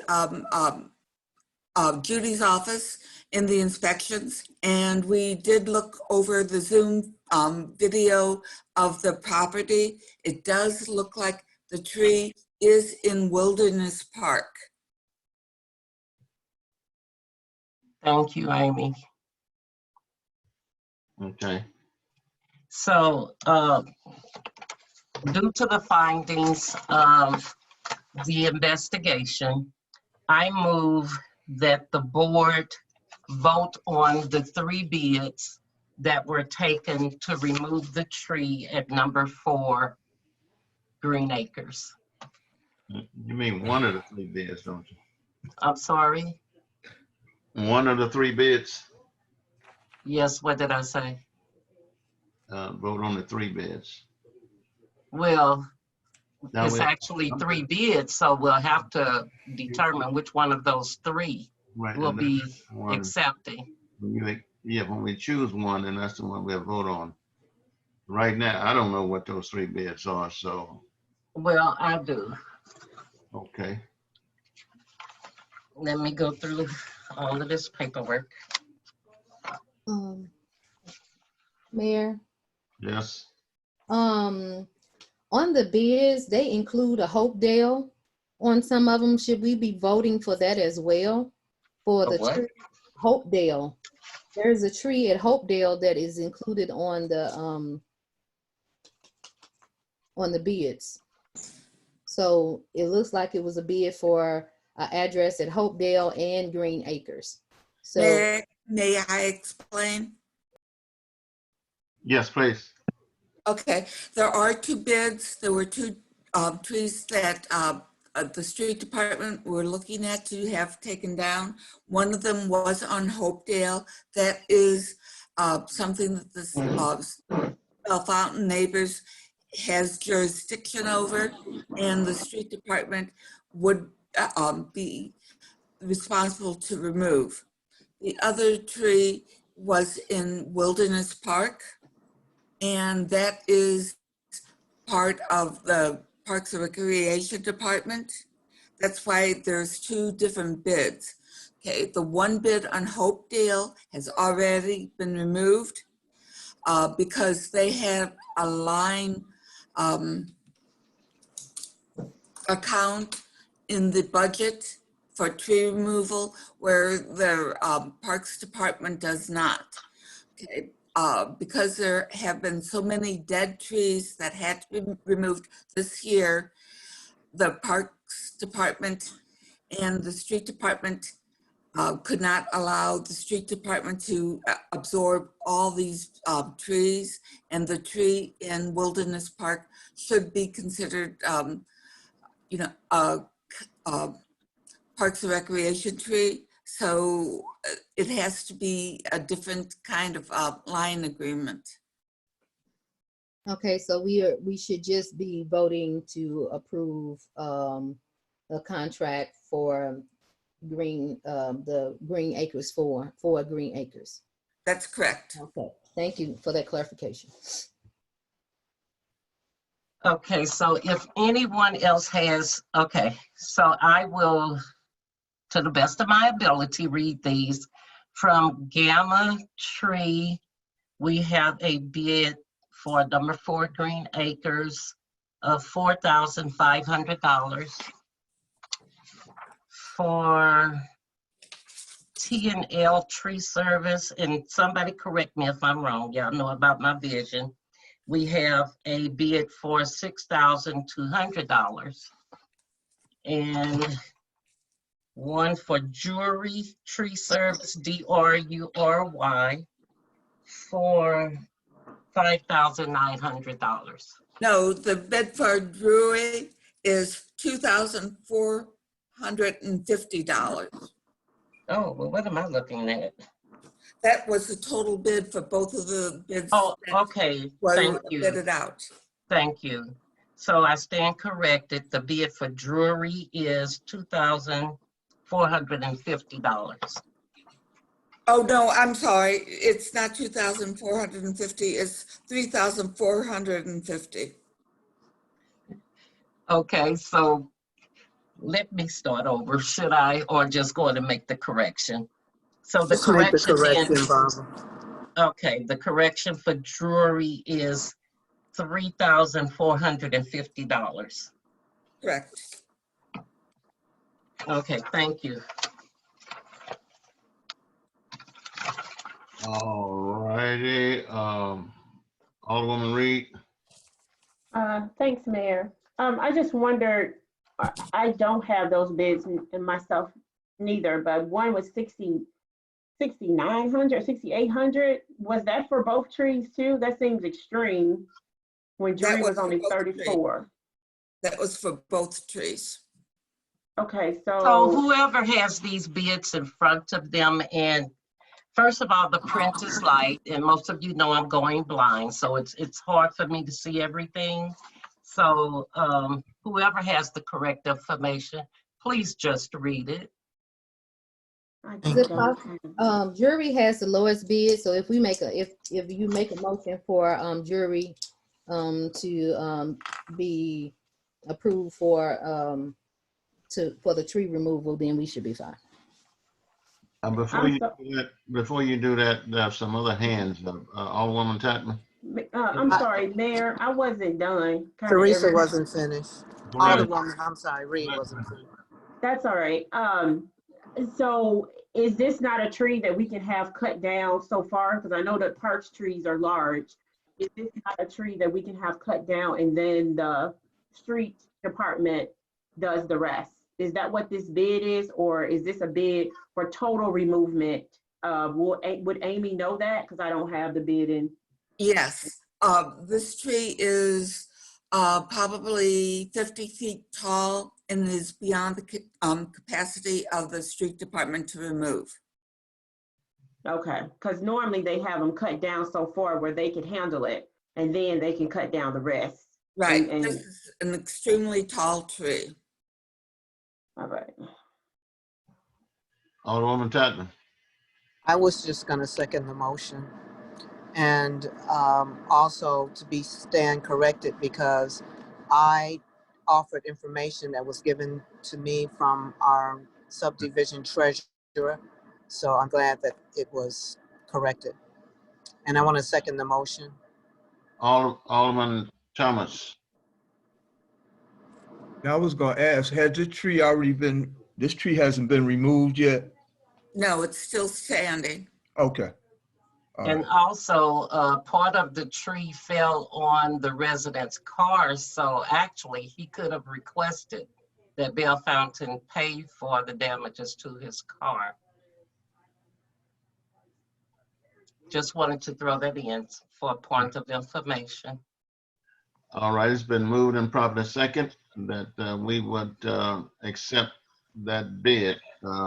Let's see what. Mayor, just a point of order. Go ahead. She had not indicated, she had not made a motion for that one specifically. So I think, I'm not sure what individuals were seconding, but she had not made that motion for jury specific. So we probably need to have that motion. Well, I did not make a motion towards either bid. Right, that's what. So somebody can make the motion who can type it in the chat box. Oh, I had typed it for you, Barbara. Oh, okay. But Box. Is that your motion, Barbara West's motion, to have the City of Bethlehem neighbors to take the lowest bid from Drury to have the tree removed from Wilderness Park? That's your bid? I mean, that's your motion? Yes, sir, that's fine. All right, then give me a second, somebody. I second. Alderwoman Chapman. Alderman Chapman. Any further discussion? All in favor, say aye. Aye. Aye. Aye. Opposed, nay. Aye. Alderwoman West, was that you voting against your own bill? No, sir, that was not me. That was Alderman Christian. He said aye, but he should have said nay, I guess. I don't know. No, I should have said aye. I was just trying to hit the unmute button. I'm sorry. Oh, you were late. Okay, I'm sorry. When I get through talking to you, I'm gonna be blind too. Alderwoman Elliott. No, I originally had my hand up to show. Oh. But I'm fine. Okay. All right, let's move on. Okay. So, that was, okay, investigation of complaints against an elected official. No, Mayor, we're on 12A. Where are we at, 12A? Yes, sir. Bill number 2020-2598. Alderman Carroll. I move to do the first and second reading of bill number 2020-2598, an ordinance approving and authorizing execution of a contract with Preferred Resource Network Incorporated, doing business as personal assistant services for employee assistant program. Alderwoman Reed. I second. Are there any discussion? Alderwoman Tatman. No, I had my hand up to second, but that's okay. No Alderwoman discussion. Elliott. Alderwoman Elliott. I have my hand up, Mayor. Huh? I have my hand up. I'd like to ask the chief a question. No, go right ahead. Chief, you said that you was gonna go into discussion about this, and when I was reading it over, it's a 3-year contract. Is that something that we normally do, or is there a reason why we can't go from year to year? And can you just tell me what the difference is, or are there any changes? This 3-year contract locks us into a set amount, so the rates won't change. That's why this was being recommended instead of going year to year. As of right now, they put it in plain terms for all city employees. It costs $125 a month. And to do that over a 3-year period without having to rebid or try to suppress any rate changes, I think it's probably in the best interest of the city because, as we've discussed before, anything that's medical insurance related, employee assistance program included, rates are going to go up. And the decisions that we have made this year are anticipating to suppress a lot of those costs over the next few years, saving the city money. That's the objective, while providing a quality plan for the employee. And I have one more question. Is this a new company or an existing company that we're? Oh, no, it's an existing company. Actually, give me a second if I can find it. There are actually a lot of municipalities that actually use this particular EAP program. Okay, maybe I must have said it wrong. Is this the company that we had last time, or is No, this? no, this is a new company. I don't know exactly how it was set up last time. Normally, medical insurance and employee assistance programs are two independent entities. I do not know or understand clearly how Anthem had our EAP set up. It may have been built into the plan itself and just connected.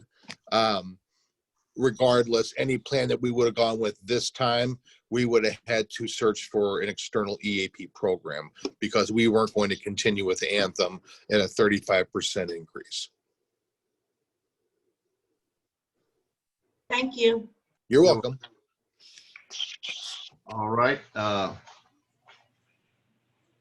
Let's see. I see Alderman Carroll. Yes, this is to address Alderwoman Dales's concern. I believe there's something in the contract there where we can terminate that contract, like giving them a 60 or a 90-day notice. I'm not for sure the exact, but I know it's no more than 90 days that we can, if we don't like it or find it unsuitable or whatever, we can give them notice and terminate. I read that. I just want to know why we went 3 years with it. I read that. All right. Now the meeting end at 9:30. Alderwoman Reed. I had a short question. Chief, I know you did everything for the medical insurance. So you did say, so that cost that you gave us when it was going up 35% we had before, that included this EAP, right? Correct. It was either within the Anthem system or it was connected with the Anthem system as like a rider program. Right. So pretty much this cost is kind of added to the Murmur insurance rate. So it's, yeah, so it's less of a savings. Yeah, we pay the health insurance rate and we pay the EAP program as a separate cost. So annually it'll cost the city $1,500. Thank you. You're welcome. All in favor, say aye. Aye. Aye. Aye. Opposers, nay. Okay, ayes have it. All right. I need to do the second reading, Mayor. This meeting is about to end. You gotta do second reading. I beg your pardon? You gotta do the second reading. All right, we'll do the second reading. This is the second reading of Bill number 2020-2598, an ordinance approving and authorizing execution of a contract with Preferred Resource Network, Inc., doing business as personal assistance services for employee assistance program. Is there a second? Second. Do roll call. Second. All right, been moved and seconded. Roll call vote. Alderwoman West, Yes. Alderwoman Tatman, Yes. Alderwoman Reed, Yes. Alderman Carroll, Yes. Alderman Thomas, Yes. Alderman Christian, Yes. Alderwoman Dales, Yes. Alderwoman Avant Elliott. Yes. Okay, majority of the board voted and passed bill number 2598, which will become ordinance number 2591. And it was passed with an 8-0 vote. Okay. I want a motion now to place B, C, and D on the next board meeting agenda, because we're getting ready to end this one. So there's no motion to do that. So I don't have to have one. But I don't see no hands up, so we moving on. What we're gonna do is get the mayor's report and public comments. Order, Mayor. I think we skipped B, C, and D on the new business. B, C, and D. I know, I'm skipping it on purpose. Point Because, of order. who you calling the point of order against? My point, Mayor, is that you cannot arbitrarily do that. I think our business needs to be conducted. You allowed a resident to speak for 15 minutes, which took up some of the time that could have been used to deal with this. So, you know, you made a conscious decision, and so are we, to continue on with our agenda, which was approved. Right, it was approved and we ended at 9:30. And so my question to you is, why does it have to end at 9:30? Because that's normal time. 2 hours is enough to meet. And we got But to learn that's not your decision to make. We're You gonna, have a board. So I guess what I would suggest instead, so that you won't appear to be a dictator, is maybe call. Come I'm on. sorry. I said, sound like you're doing a dictating, but Okay, I'll accept that. I'll accept anything you all want to call me. I think what would be in order, since you want to eliminate the remainder of the agenda, is to call for a motion to adjourn. is a motion to adjourn. Point of order. Mayor? Yes, In order to amend the agenda, we have to have a 2/3 vote. The agenda's already been approved. So I believe we need to go ahead and proceed with the agenda as approved by the board. If we want to amend it, then that would require a 2/3 vote of the board. I don't think that's anybody, we're not trying to amend the agenda. But when you're removing things off the agenda, that's amending the agenda or putting things on the agenda. When it's already been approved, it requires a 2/3 vote to do so. But you're missing my point. We approved the agenda from 7:30 to 9:30. That's approved. And so what we need to do now, what I'm saying is whatever the remainder of the agenda can be put on the next board meeting agenda. But these all-night meetings, they're gonna stop. So now we can do public comment, and that's it, because the public are the main reason we're having these meetings in the first place. Alderwoman Reed. Thanks, Mayor. Actually, the point of these meetings is for us to conduct business, not just for the citizens to have comment.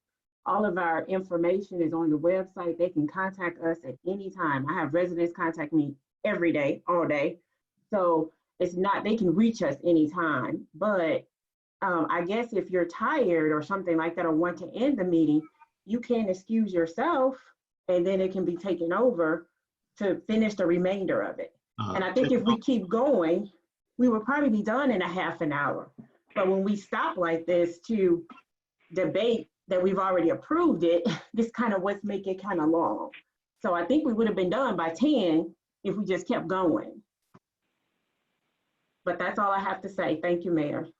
You're welcome. Alderman Thomas. Yes, it was understood that the mayor sets the agenda, and the time was set for the agenda from 7:30 to 9:30. And so at 9:30, the meeting should end if we approve the agenda.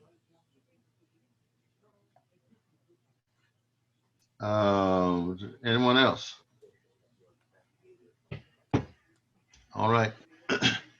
We're going to move on with the agenda, but I'm going to make this clear.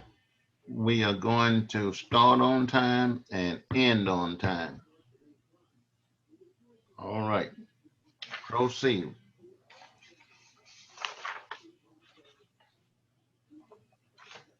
Who else had something to comment? We're on item B, Mayor, under new business. Item B, go right ahead. Item B, where's item B at? Investigation of complaints against an elected official. Who's doing that? Who's presenting?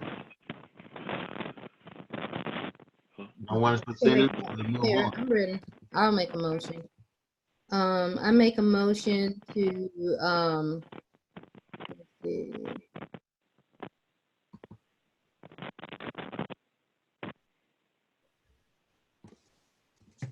I make a motion for the Ways and Means Committee and Human Resources Committee members to investigate a complaint against the alderwoman as requested by the National Police Union, along with other findings related to misconduct. Alderman Carroll. Any other discussion?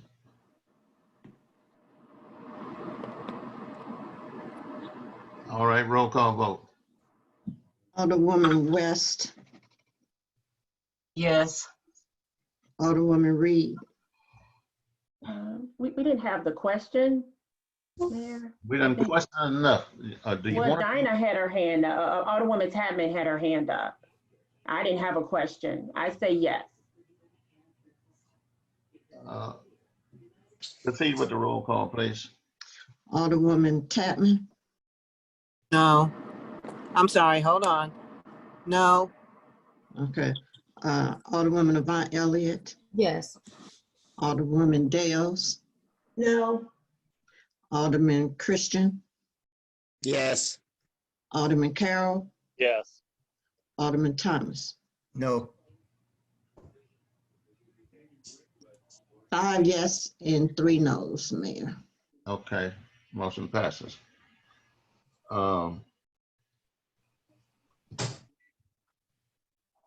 Ordinance violation over 500. No. We don't see under new business. That is C under new business. Yeah, that's C. Mine says careless St. Louis and faith for the sake of all. Free That's D. COVID-19. That's D. Mine says C. Okay, that's I don't know why yours say it's Mayor, different I from have my everybody. hand up. I think Alderman Thomas has an old version of the agenda. What was in my mailbox? I'm sorry. No, it's The new okay. one was too. But Mayor, I would like to make a motion to file a complaint with the state local authority to investigate the mailing of the unapproved check number 43016 in the amount of $675. Alderman Carroll. A second. Any further discussion? Roll call vote. Alderwoman Avant Elliott, Yes. Alderwoman West, Yes. Alderwoman Tapman, No. Alderwoman Dales, No. Alderwoman Reed, Yes. Alderman Christian, No. Alderman Carroll, Yes. Alderman Thomas. No. Did I get it right? 1, 2, 3, 4. Did I miss someone? How many votes you got there? 4. I'm looking now. 4 yes. 1, 2, 3. I got 3 no's. Did I get Christian? Yes. West, Tapman, Reed, Christian, Thomas, Carroll. Did you call Dale? You should be have 4 to 4. I got Dales. So you should Oh, have it's 4 to 4. Mayor, it's 4 to 4. Thank you. No. All right. All right, D now. Alderwoman Chapman. Yes, sir.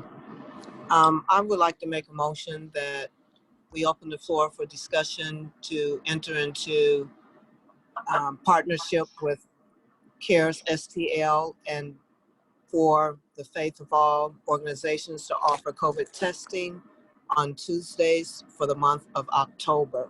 I would also like for us, after discussion, to vote. After discussion to vote, you say? Yes, sir. Okay. All right. Alderman Thomas. I'll second. The move and properly second.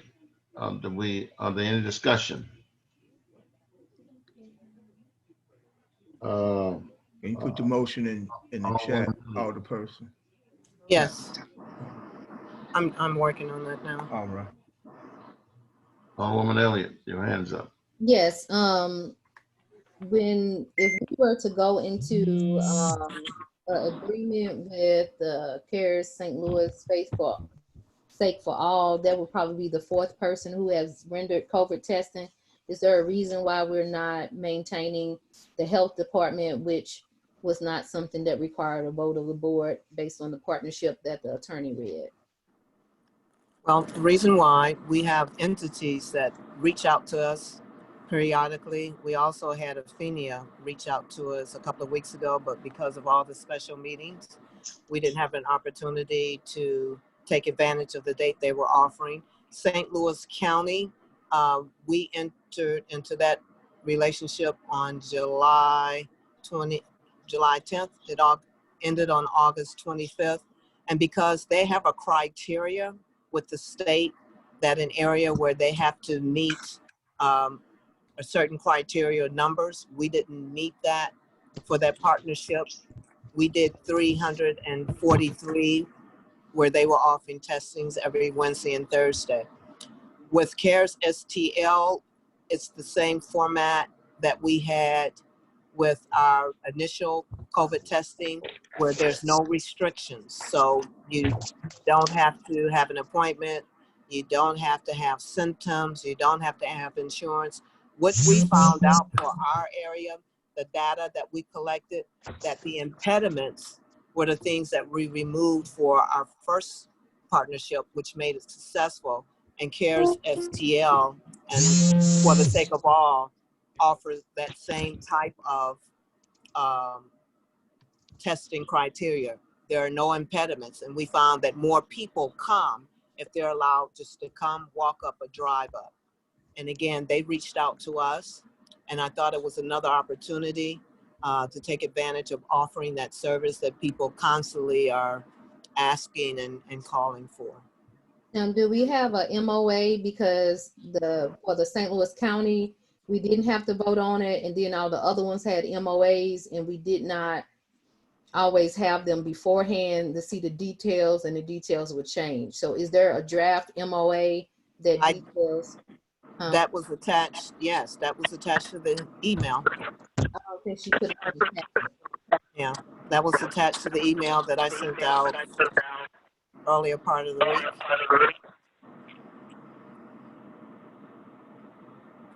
Did everybody receive that on the email? Because everybody was on the email thread. I got it.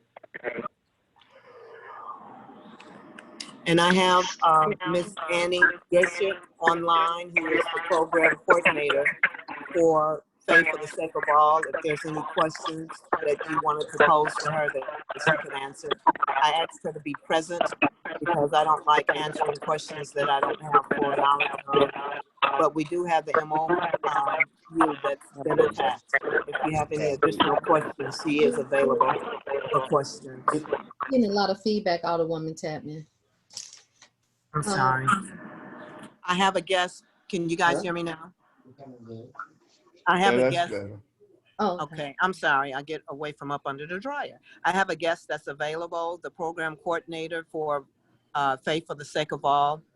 She's on the line if anyone wants to pose any questions concerning the potential partnership. She's available for that.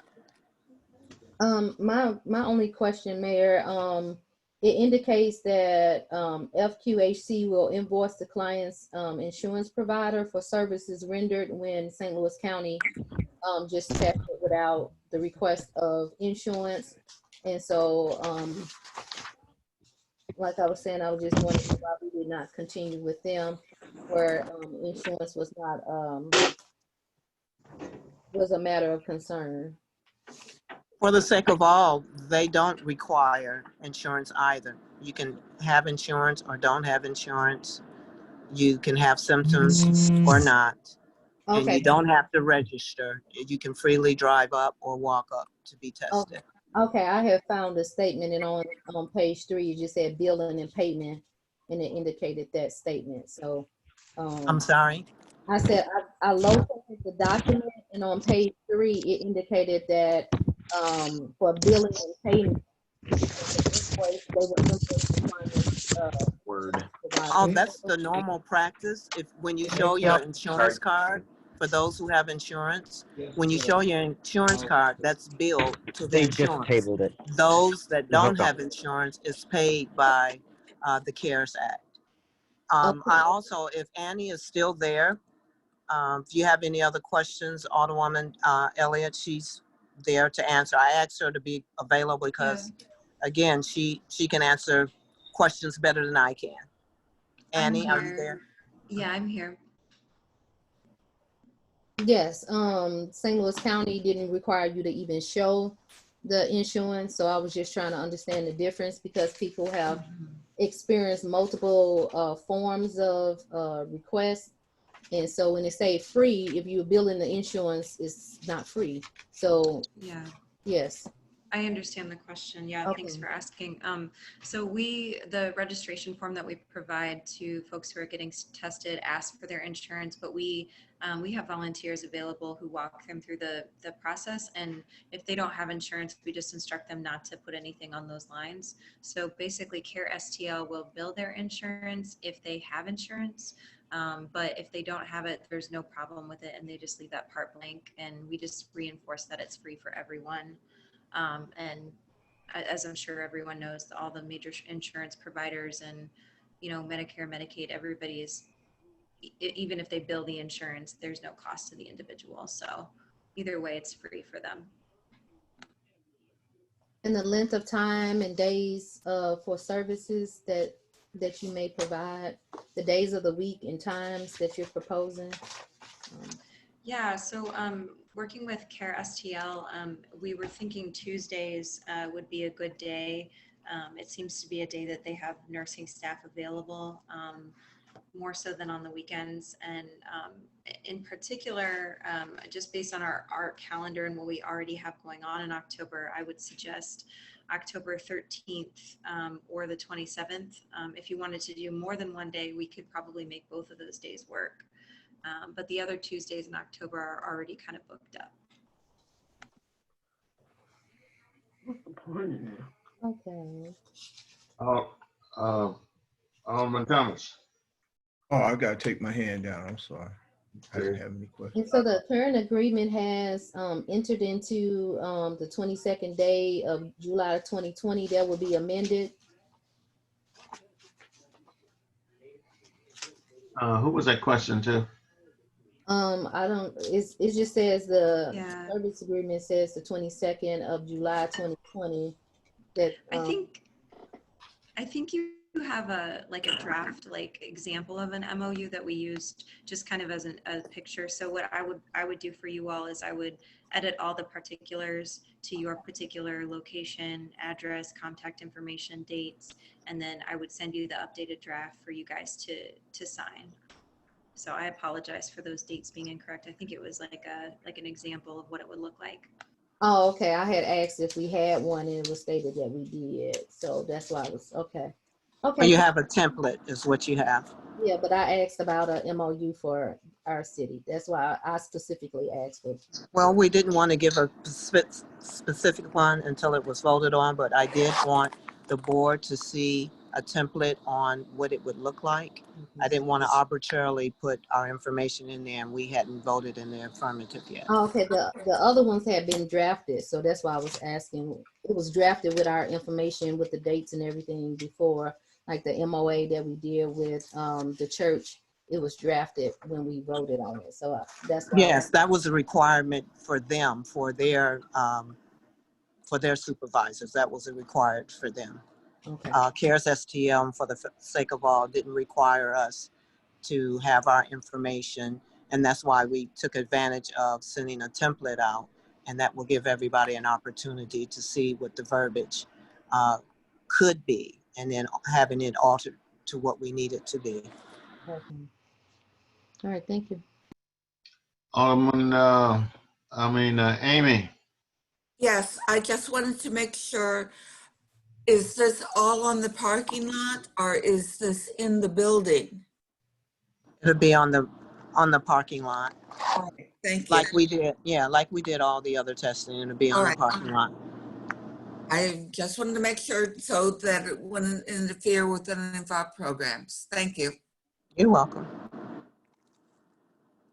I see no other hand up. So, Madam Clerk, where are we? She needs to make the motion, get a second, and then do the roll call. That we've already got the motion in a second. No, she needs to make her motion. I make a motion for us to enter into a partnership with CARES STL and for the faith of all to offer COVID-19 testing on Tuesdays in October. Alderwoman Dales. I second it, Mayor. All right, moved and properly second. Are there any further discussion? Then roll call to vote. Okay. Alderwoman Tatman, Yes. Alderman Carroll, Yes. Alderman Christian, Yes. Alderwoman Avant Elliott, I abstain. Alderwoman West, No. Alderwoman Reed. I didn't hear you, Reed. Alderman Thomas Yes. and Alderwoman Dales. Yes. Alderwoman Reed. Okay, I guess that's a no answer. You have 1, 2, 3, 4, 5 yes, 1 no, and 1 abstain. Okay, motion carried.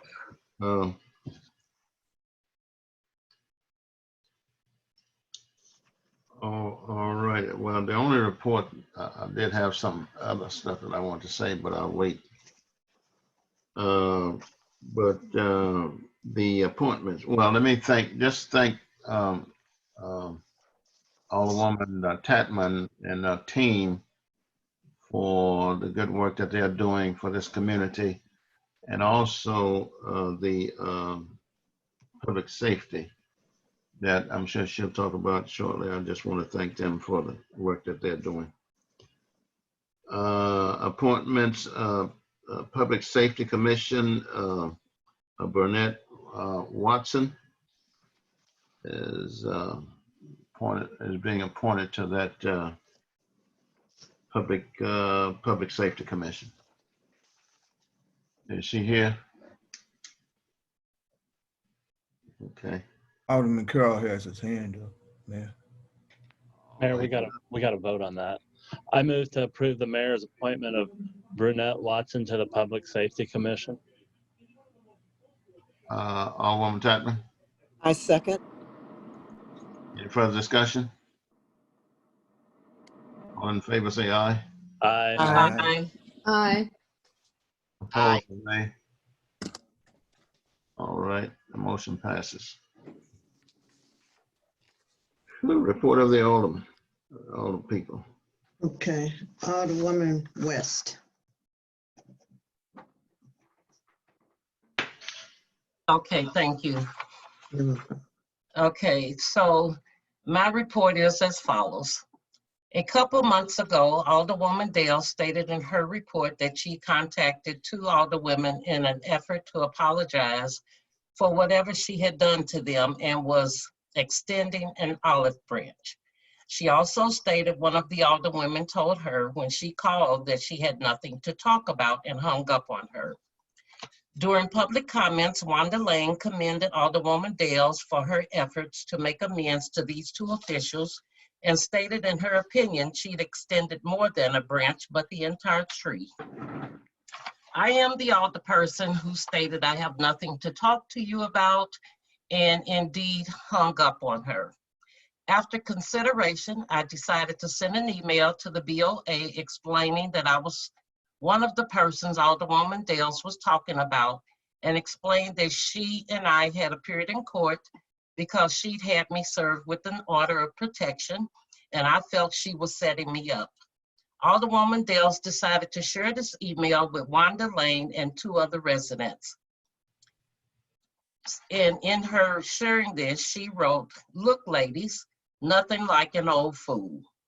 And of course, Wanda Lane was the only person who responded. Approximately 2 weeks after these comments from Alderwoman Dales and resident Wanda Lane, I was served with yet another petition to appear in court for an order of protection, which was filed by Alderwoman Dales. In this order of protection, Alderwoman Dales accused me of threatening to kill her in September and October of 2019. During the hearing, Alderwoman Dales said her constituents suggested she file this petition against me. After hearing everything that Alderwoman had to say, the judge gave her spiel and told the Alderwoman she didn't want to see her in her courtroom again. On Saturday, September 26, 2020, Image and Beautification had their cleanup day, where I, along with Alderwoman Dales, volunteered. The street department usually provides transportation for those of us who volunteer. However, Mayor was having a hard time getting in touch with them. I was informed later that the employees didn't want to come to provide that transportation because Alderwoman Dales told them some of us on the board denied their overtime. For the record, and I hope someone from Streets is here at this meeting, the board never is involved in employees' overtime. That is the responsibility of the department head. I wanted to share this information because when half-truths are told, I usually let them go thinking Alderwoman Dales and Wanda Lane will eventually stop. However, they continue in their efforts to demean and defame mine and other characters of board members. The last thing I want to say is, a year ago,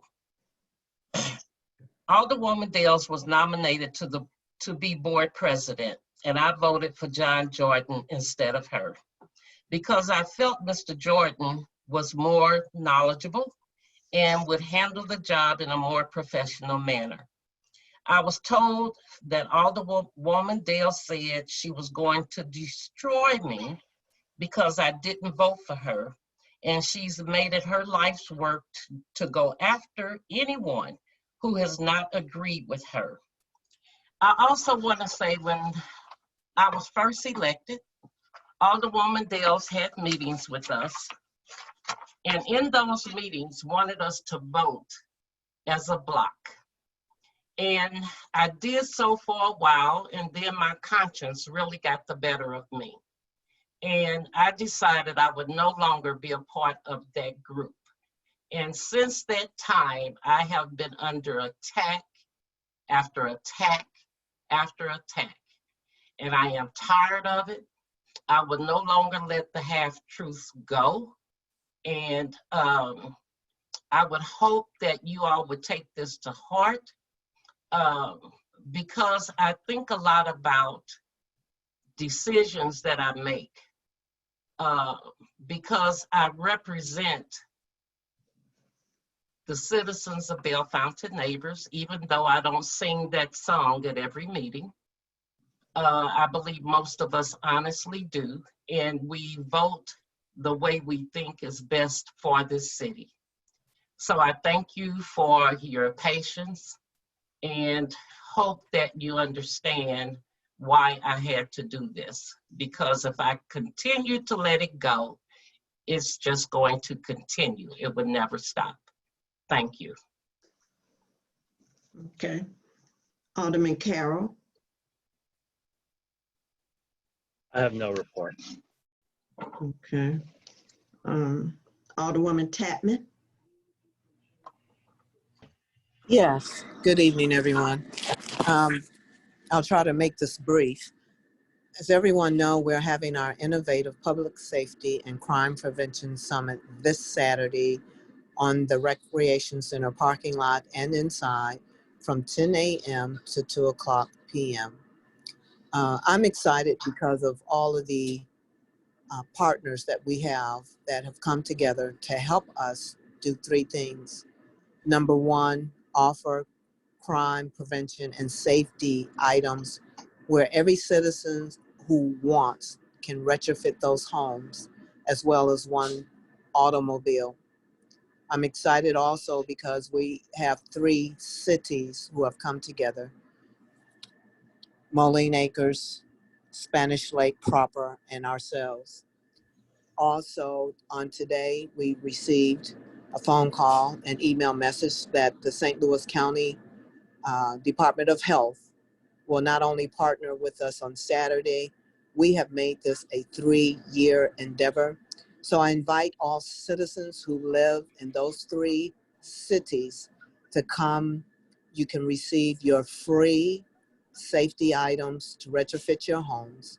Those include, but will not be limited to, steering wheel club bars, gun locks, porch lights, porch bulbs, floodlights, house alarms, and your fire extinguisher, your carbon monoxide extinguisher, and your smoke detector. They will be there, but you have to make an appointment with the fire districts who will be present. Riverview Gardens Fire Protection District will be unveiling their new emergency boat, which is a beautiful thing. Also, Metro East Fire District will be there. Our own Police Chief Eiler will be doing a presentation on our new body cams as well as our use of force policies and those things that are in works for that. And also back to basics. Dr. Jeff Ward, who is a leading scholar and sociologist at Washington University. He's also the director of social studies, African American studies, and racial equity, is our keynote speaker. He will be presenting via Zoom, but we will also have the screen set up in the gym where those who want to view it can, along with Chief Eiler's presentation. We have been approved by St. Louis County Department of Health. We have those papers. Chief Eiler explained those earlier. And so I would like to acquiesce to him with that document entails and what our guidelines will be for that event. Thank you very much. Okay. Alderman Christian. I have no report tonight. Okay. Alderwoman Avant Elliott. All right, thank you to all the residents who came out tonight. I would like to acknowledge Ruth Badger Ginsburg, who was an advocate for gender equality and human rights. And in honor of her, I am encouraging the elected officials, both women and men, to honor the other women elected officials with dignity and respect. Residents have become very confused as a result of misleading information that was not in ordinances or state statutes. Therefore, I would like to share with the community some following information. Article 2, you all will be able to watch the video later, but Article 2, Board of Aldermen, Section 2-14, Robert's Rule of Order to govern meetings. All meetings of the Board of Aldermen shall be conducted by Robert's Rule of Order. This is in our code. So that dispels any statement about what is not needed is part of our code. Because it's a part of our code, please note that standing orders and committees, standing committees or processes that are a part of the Robert's Rule of Order.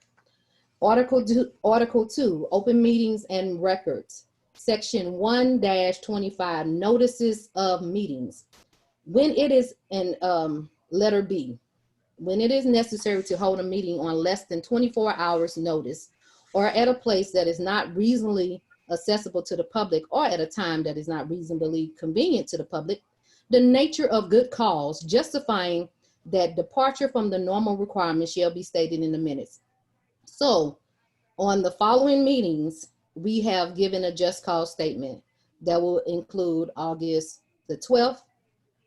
This last Monday, we gave it to add on to the over 500. We gave it again this morning at 7 a.m. for the meeting that we called to pay the bill, and we gave it again today. So that is the proper process. If we are to move outside of the 24 notice, we have to provide a just cause statement. This coincides with Sunshine Law that states meeting minutes must record the date, time, and place of the meeting, the members present and absent, and records of the votes taken. Topics about which members of the public did not receive at least 24 hours notice should not be discussed during the meeting unless it is impossible and practical to provide 24 hours notice, in which case the reason for not providing 24-hour notice must be noted in the minutes. So once again, that dispels any statement that a meeting was called less than 24 hours because just cause statement is the only requirement in order to justify that meeting in less than 24 hours. On September the 16th, Stuart Haynes, who is from the Missouri Municipal League, he is a policy and membership associate. He stated on September the 16th, state law does not establish specific rules on how special meetings are to be called. It is really up to the city's local policy. So a municipal league person was referenced earlier. This is a municipal league person as well. The only difference is, well, I don't know what the difference. He's from the Missouri Municipal League and he's the policy and membership associate. As far as the meeting that took place with Pat Kelly doing the training, according to the training with Pat Kelly, he advised the city to obtain a city administrator, indicating how costly it is for the city to have a city attorney and how a city administrator would alleviate that.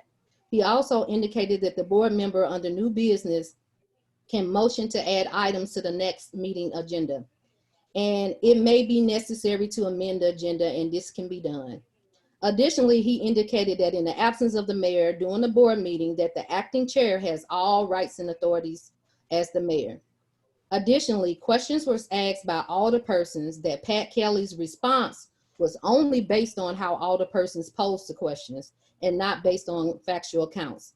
Citizens can refer to the YouTube video for all board meetings where votes have been taken, and can Sunshine request the individuals who called a meeting. Therefore, you will learn that the board president has not called a meeting, has not acted on her own, because everything has been board approved. Additionally, the video from the workshop will be made available. I do have the CD.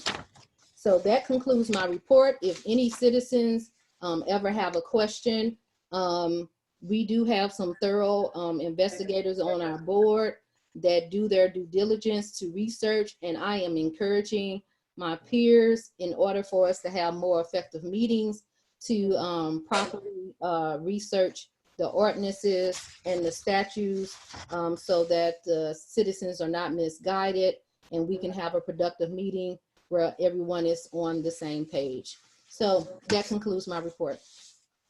Okay. Alderman Thomas. I have no report. Okay, Alderwoman Reed.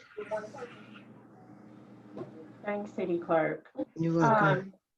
I just wanted to, I know Alderman Carl had given out some dates. Alderman Carl, were those set in stone yet, or, you know, for the Halloween drive-by, the coffee with first responders and the Christmas parade. Can Yes, I believe they you were repeat set. those dates? Sorry. Yes, I believe they were set. Okay, could you repeat them, please? But how? Alderwoman Carroll, do you want me to name them off? Yeah, go ahead. Thanks. Thanks. Just give me a second here. So the 31st from 6 p.m. to 9 p.m. up here on the rec center parking lot. The fire department and the police department will be hosting the National Night Out / Halloween drive-through event. In November, we are looking at, let's give me a minute here.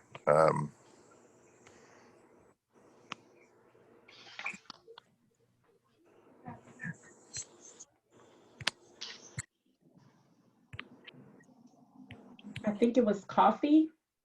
Yeah, it was coffee. It was coffee with the Chiefs, and you have to excuse me. I'm going through my phone calendar. I do have it. So coffee with the Chiefs. Coffee with the Chiefs, and I keep a lot of things in my calendar, so it's a little bit. And I can post them too. I mean, it's. But yeah, coffee with the Chiefs in November, and then in December we were going to have a holiday parade. On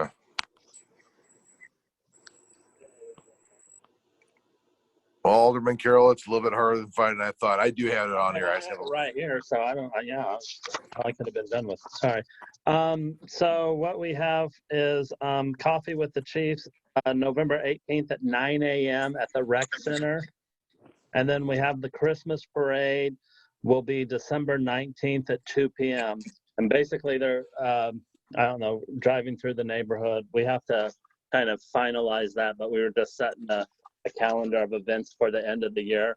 We didn't go ahead and do the full fiscal year because of COVID, so we were kind of waiting. I know the board requested that we do it for the full fiscal year, but we just did it to the end of this year and then kind of see with COVID and everything like that, what activities, if any, we'd plan for the spring.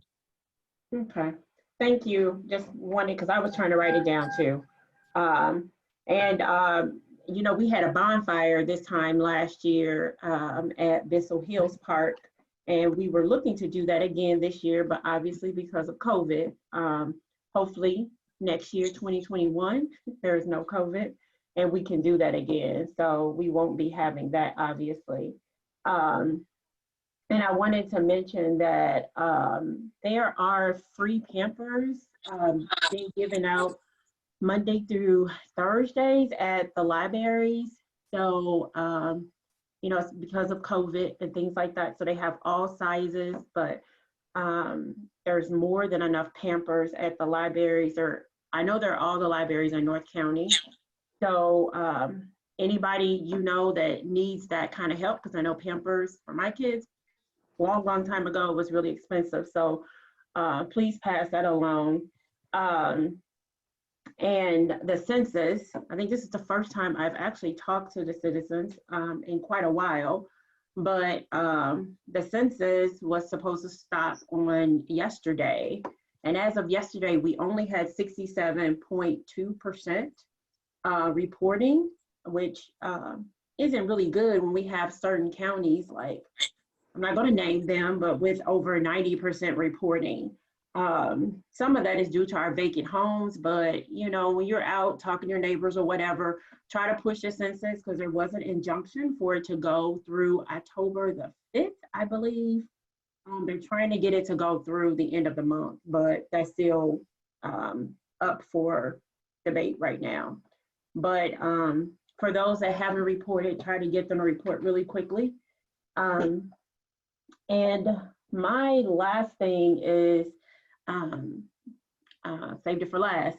I normally don't say anything about votes. I believe votes are votes, and we vote the way we think is proper. I hope each one of us do that And a lot of times that what I may think is best does get voted down, and that's fine. But tonight, when voting on a check that was actually sent out from City Hall that we did not approve, and it was over 500, it kind of sits with me in a way, you know, having a background in accounting, now being in IT, but that's part of our legislative process. And if the things that we do here are not being upheld at City Hall, it's kind of like, well, why are we here? You know, we're here to check to make sure things are being done right. And there was no response on backup or asking the question before we got to the meeting, but yet the check still went out. So the vote was that we won't investigate that, but that was the reason for that. So just in case you all wonder, but I normally never say anything about votes, but that one kind of just sits funny. But I thank you all for hanging in there. You all have a good night. Okay, Alderwoman Dales. Okay, I'm here. We got some issues over in Ward 4. Thank everybody for coming. And this year we're not going to be having National Night Out, but we may be planning something, me and some of the citizens. We're going to move the Black History to Juneteenth because we'll still be dealing with COVID. And basically that's it. And thank you all for coming. Mayor, that was it. Oh, okay. Thank Correct. you. Meeting open to the public. 3 minutes each, please.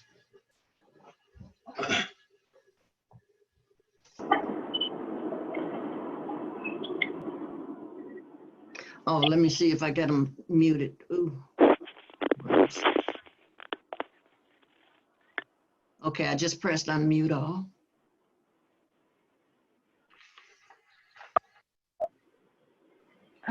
Am I unmuted? You are. Yes. Okay. All right. This is Wanda Lane, 9900 block of Martindale. The very first, oh, something's wrong. I'm hearing some feedback. Okay. The very first sentence that I made in my first public comment was the following is not an official account of everything that happened at the Board of Aldermen workshop. So that's pretty self-explanatory. My suggestion is for each citizen to contact the Missouri Attorney General's office, and there are Missouri Sunshine Law books that are free. And they will give you as many as you want. I ordered some, and I've given some to my my neighbors. So I heard everything that Alderwoman Avant Elliott said, and the just cause for the August 12th meeting was to read three resolutions and a censorship that included firing the city attorney, dismissing the youth commission president, and censoring up to including impeaching the mayor. So that was their just cause statement for calling that August 12th meeting in less than 12 hours. So again, I suggest citizens contact the Missouri Attorney General's office because some members of our board have a tendency to misplace the truth sometimes. And this way you're getting it directly from the Attorney General's office. I can't hear. Alderwoman Reed. Okay.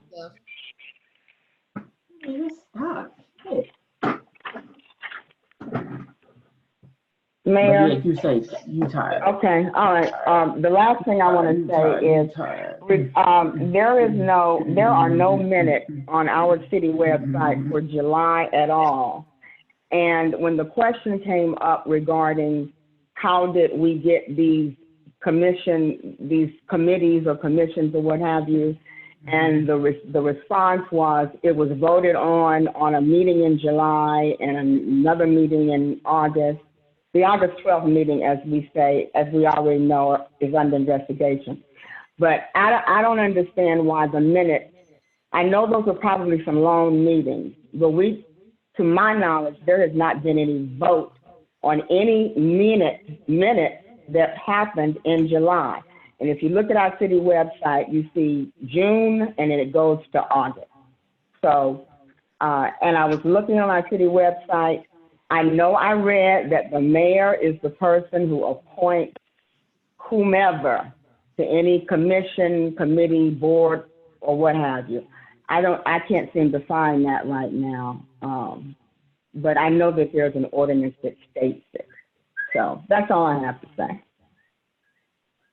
Thank you. Anyone else? Yes, this is Anthony Green at 9228 Water Drive. And my comments are, I was not aware that the August 12th meeting, one of the just cause was the attempt to remove the president of the Youth Commission.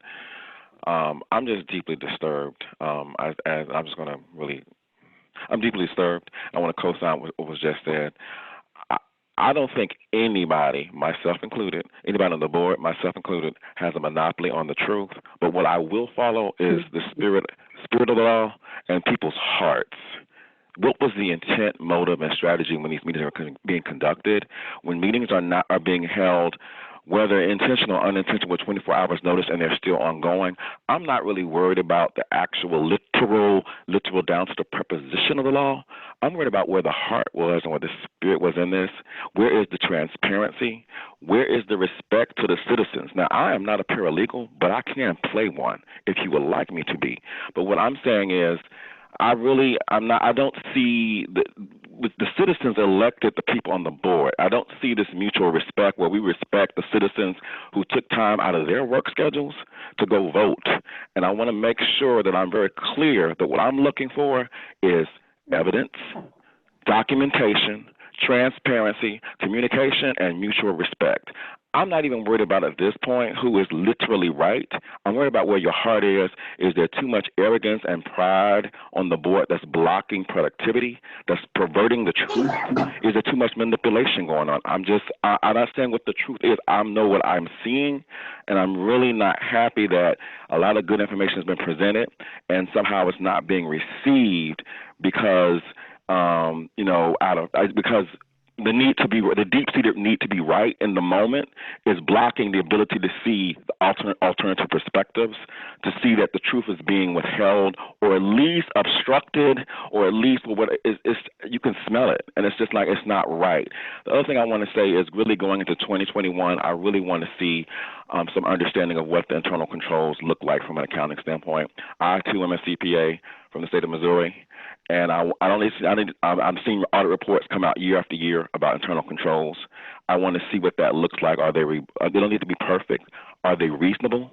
Are they relevant? Are they working properly? Are we following them? Are there management overrides? Are those overrides being documented? And so I really want to get an understanding of that and understand, an organization can only be effective as the operating effectiveness of its internal controls, and that's controlled by management, which is the board, and also the mayor. So I just want to make sure that we're really taking a good magnifying glass on internal controls, and that some of these weaknesses and recommendations that the auditors are coming up to us with annually are really being addressed. And we're really coming up with some solutions to them, or at least some resources to actually not have repeating comments beyond the same report year after year after year after year. So that's my comments. I thank everybody again for their work. We have much work to do, even in the COVID-19 world. But I'm standing firm that we're going to be very transparent and very clear about our motives. And that's it. Thank you. Thank you. Anyone else? All right, seeing none, again, thank all of our residents and guests, friends, for being on with us tonight. I beg your pardon. I'm sorry. May I add a couple of things to my report? Sure. I just wanted to add that our partner Home Depot will be there taking interviews, and people have possibility of being hired on the spot on Saturday. And also St. Louis County Department of Public Health will be giving out COVID-19 care backpacks as well as Narcan. So if anyone has a family member that you know is struggling with addictions or friends, Narcan will be given out, and they'll have an educational piece on that to help facilitate how to use it. Mm-hmm. Okay. Thank you. Is there a motion to adjourn the meeting? Mayor. Yes, if your hand's up, go right ahead. I move to adjourn this meeting. Okay, Carol, and is there a second? Can I interject? Go ahead. The attorney had asked for a closed session. Are we not having that closed session? We would have to amend the agenda to do it. We forgot to include it. Okay. Or are we doing that tonight? Yes, I'm sure we are. Go ahead and amend it. Okay, let him remove his. That should register with you. That should resonate with you. You muted, Alderman Carroll. Oh, okay, I withdraw my motion. Okay, Mayor, I would like to make a motion to amend the agenda right before adjournment to go into closed session per section. Let me find the section number 10.021-1, legal actions, causes of action, litigation, or privileged communication between the city's representative and its attorney. Okay. All right, Alderman Carroll. Second. Did you put it in the chat? Yes. Okay. But you know which one it is. I know. It's okay. Just, I mean, who's that about Elliot? Okay. Are there any further discussion? All in favor, say aye. Aye. Aye. Opposers, nay. Ayes have it. Good night, residents. Can we start maybe in about 5 minutes for, just to have a break? Okay. Talk to Wanda. Thank you. All right, Mayor, just to make it official, I would like to move for the board to go into the closed session. Okay. The first one was just amend the agenda to do it. And we're staying on this line? We have to vote, and then we getting off the line to the next one. I need a second on her closed session. Alderman Thomas, I second. Thank you. All in favor. Mayor, call the roll, Mayor. Yes, for this you have. Alderwoman Avant Elliott. Yes. Alderwoman Dales. Yes. Alderman Christian. Yes. Alderman Thomas. Yes. Alderman Carroll. Where's Carroll? He's gone. Alderwoman Reed. She gone. Alderwoman Tapman. Yes, and I hope you can see me. I'm in my car now, so I'm that dark spot at the top. Alderwoman West. Yes.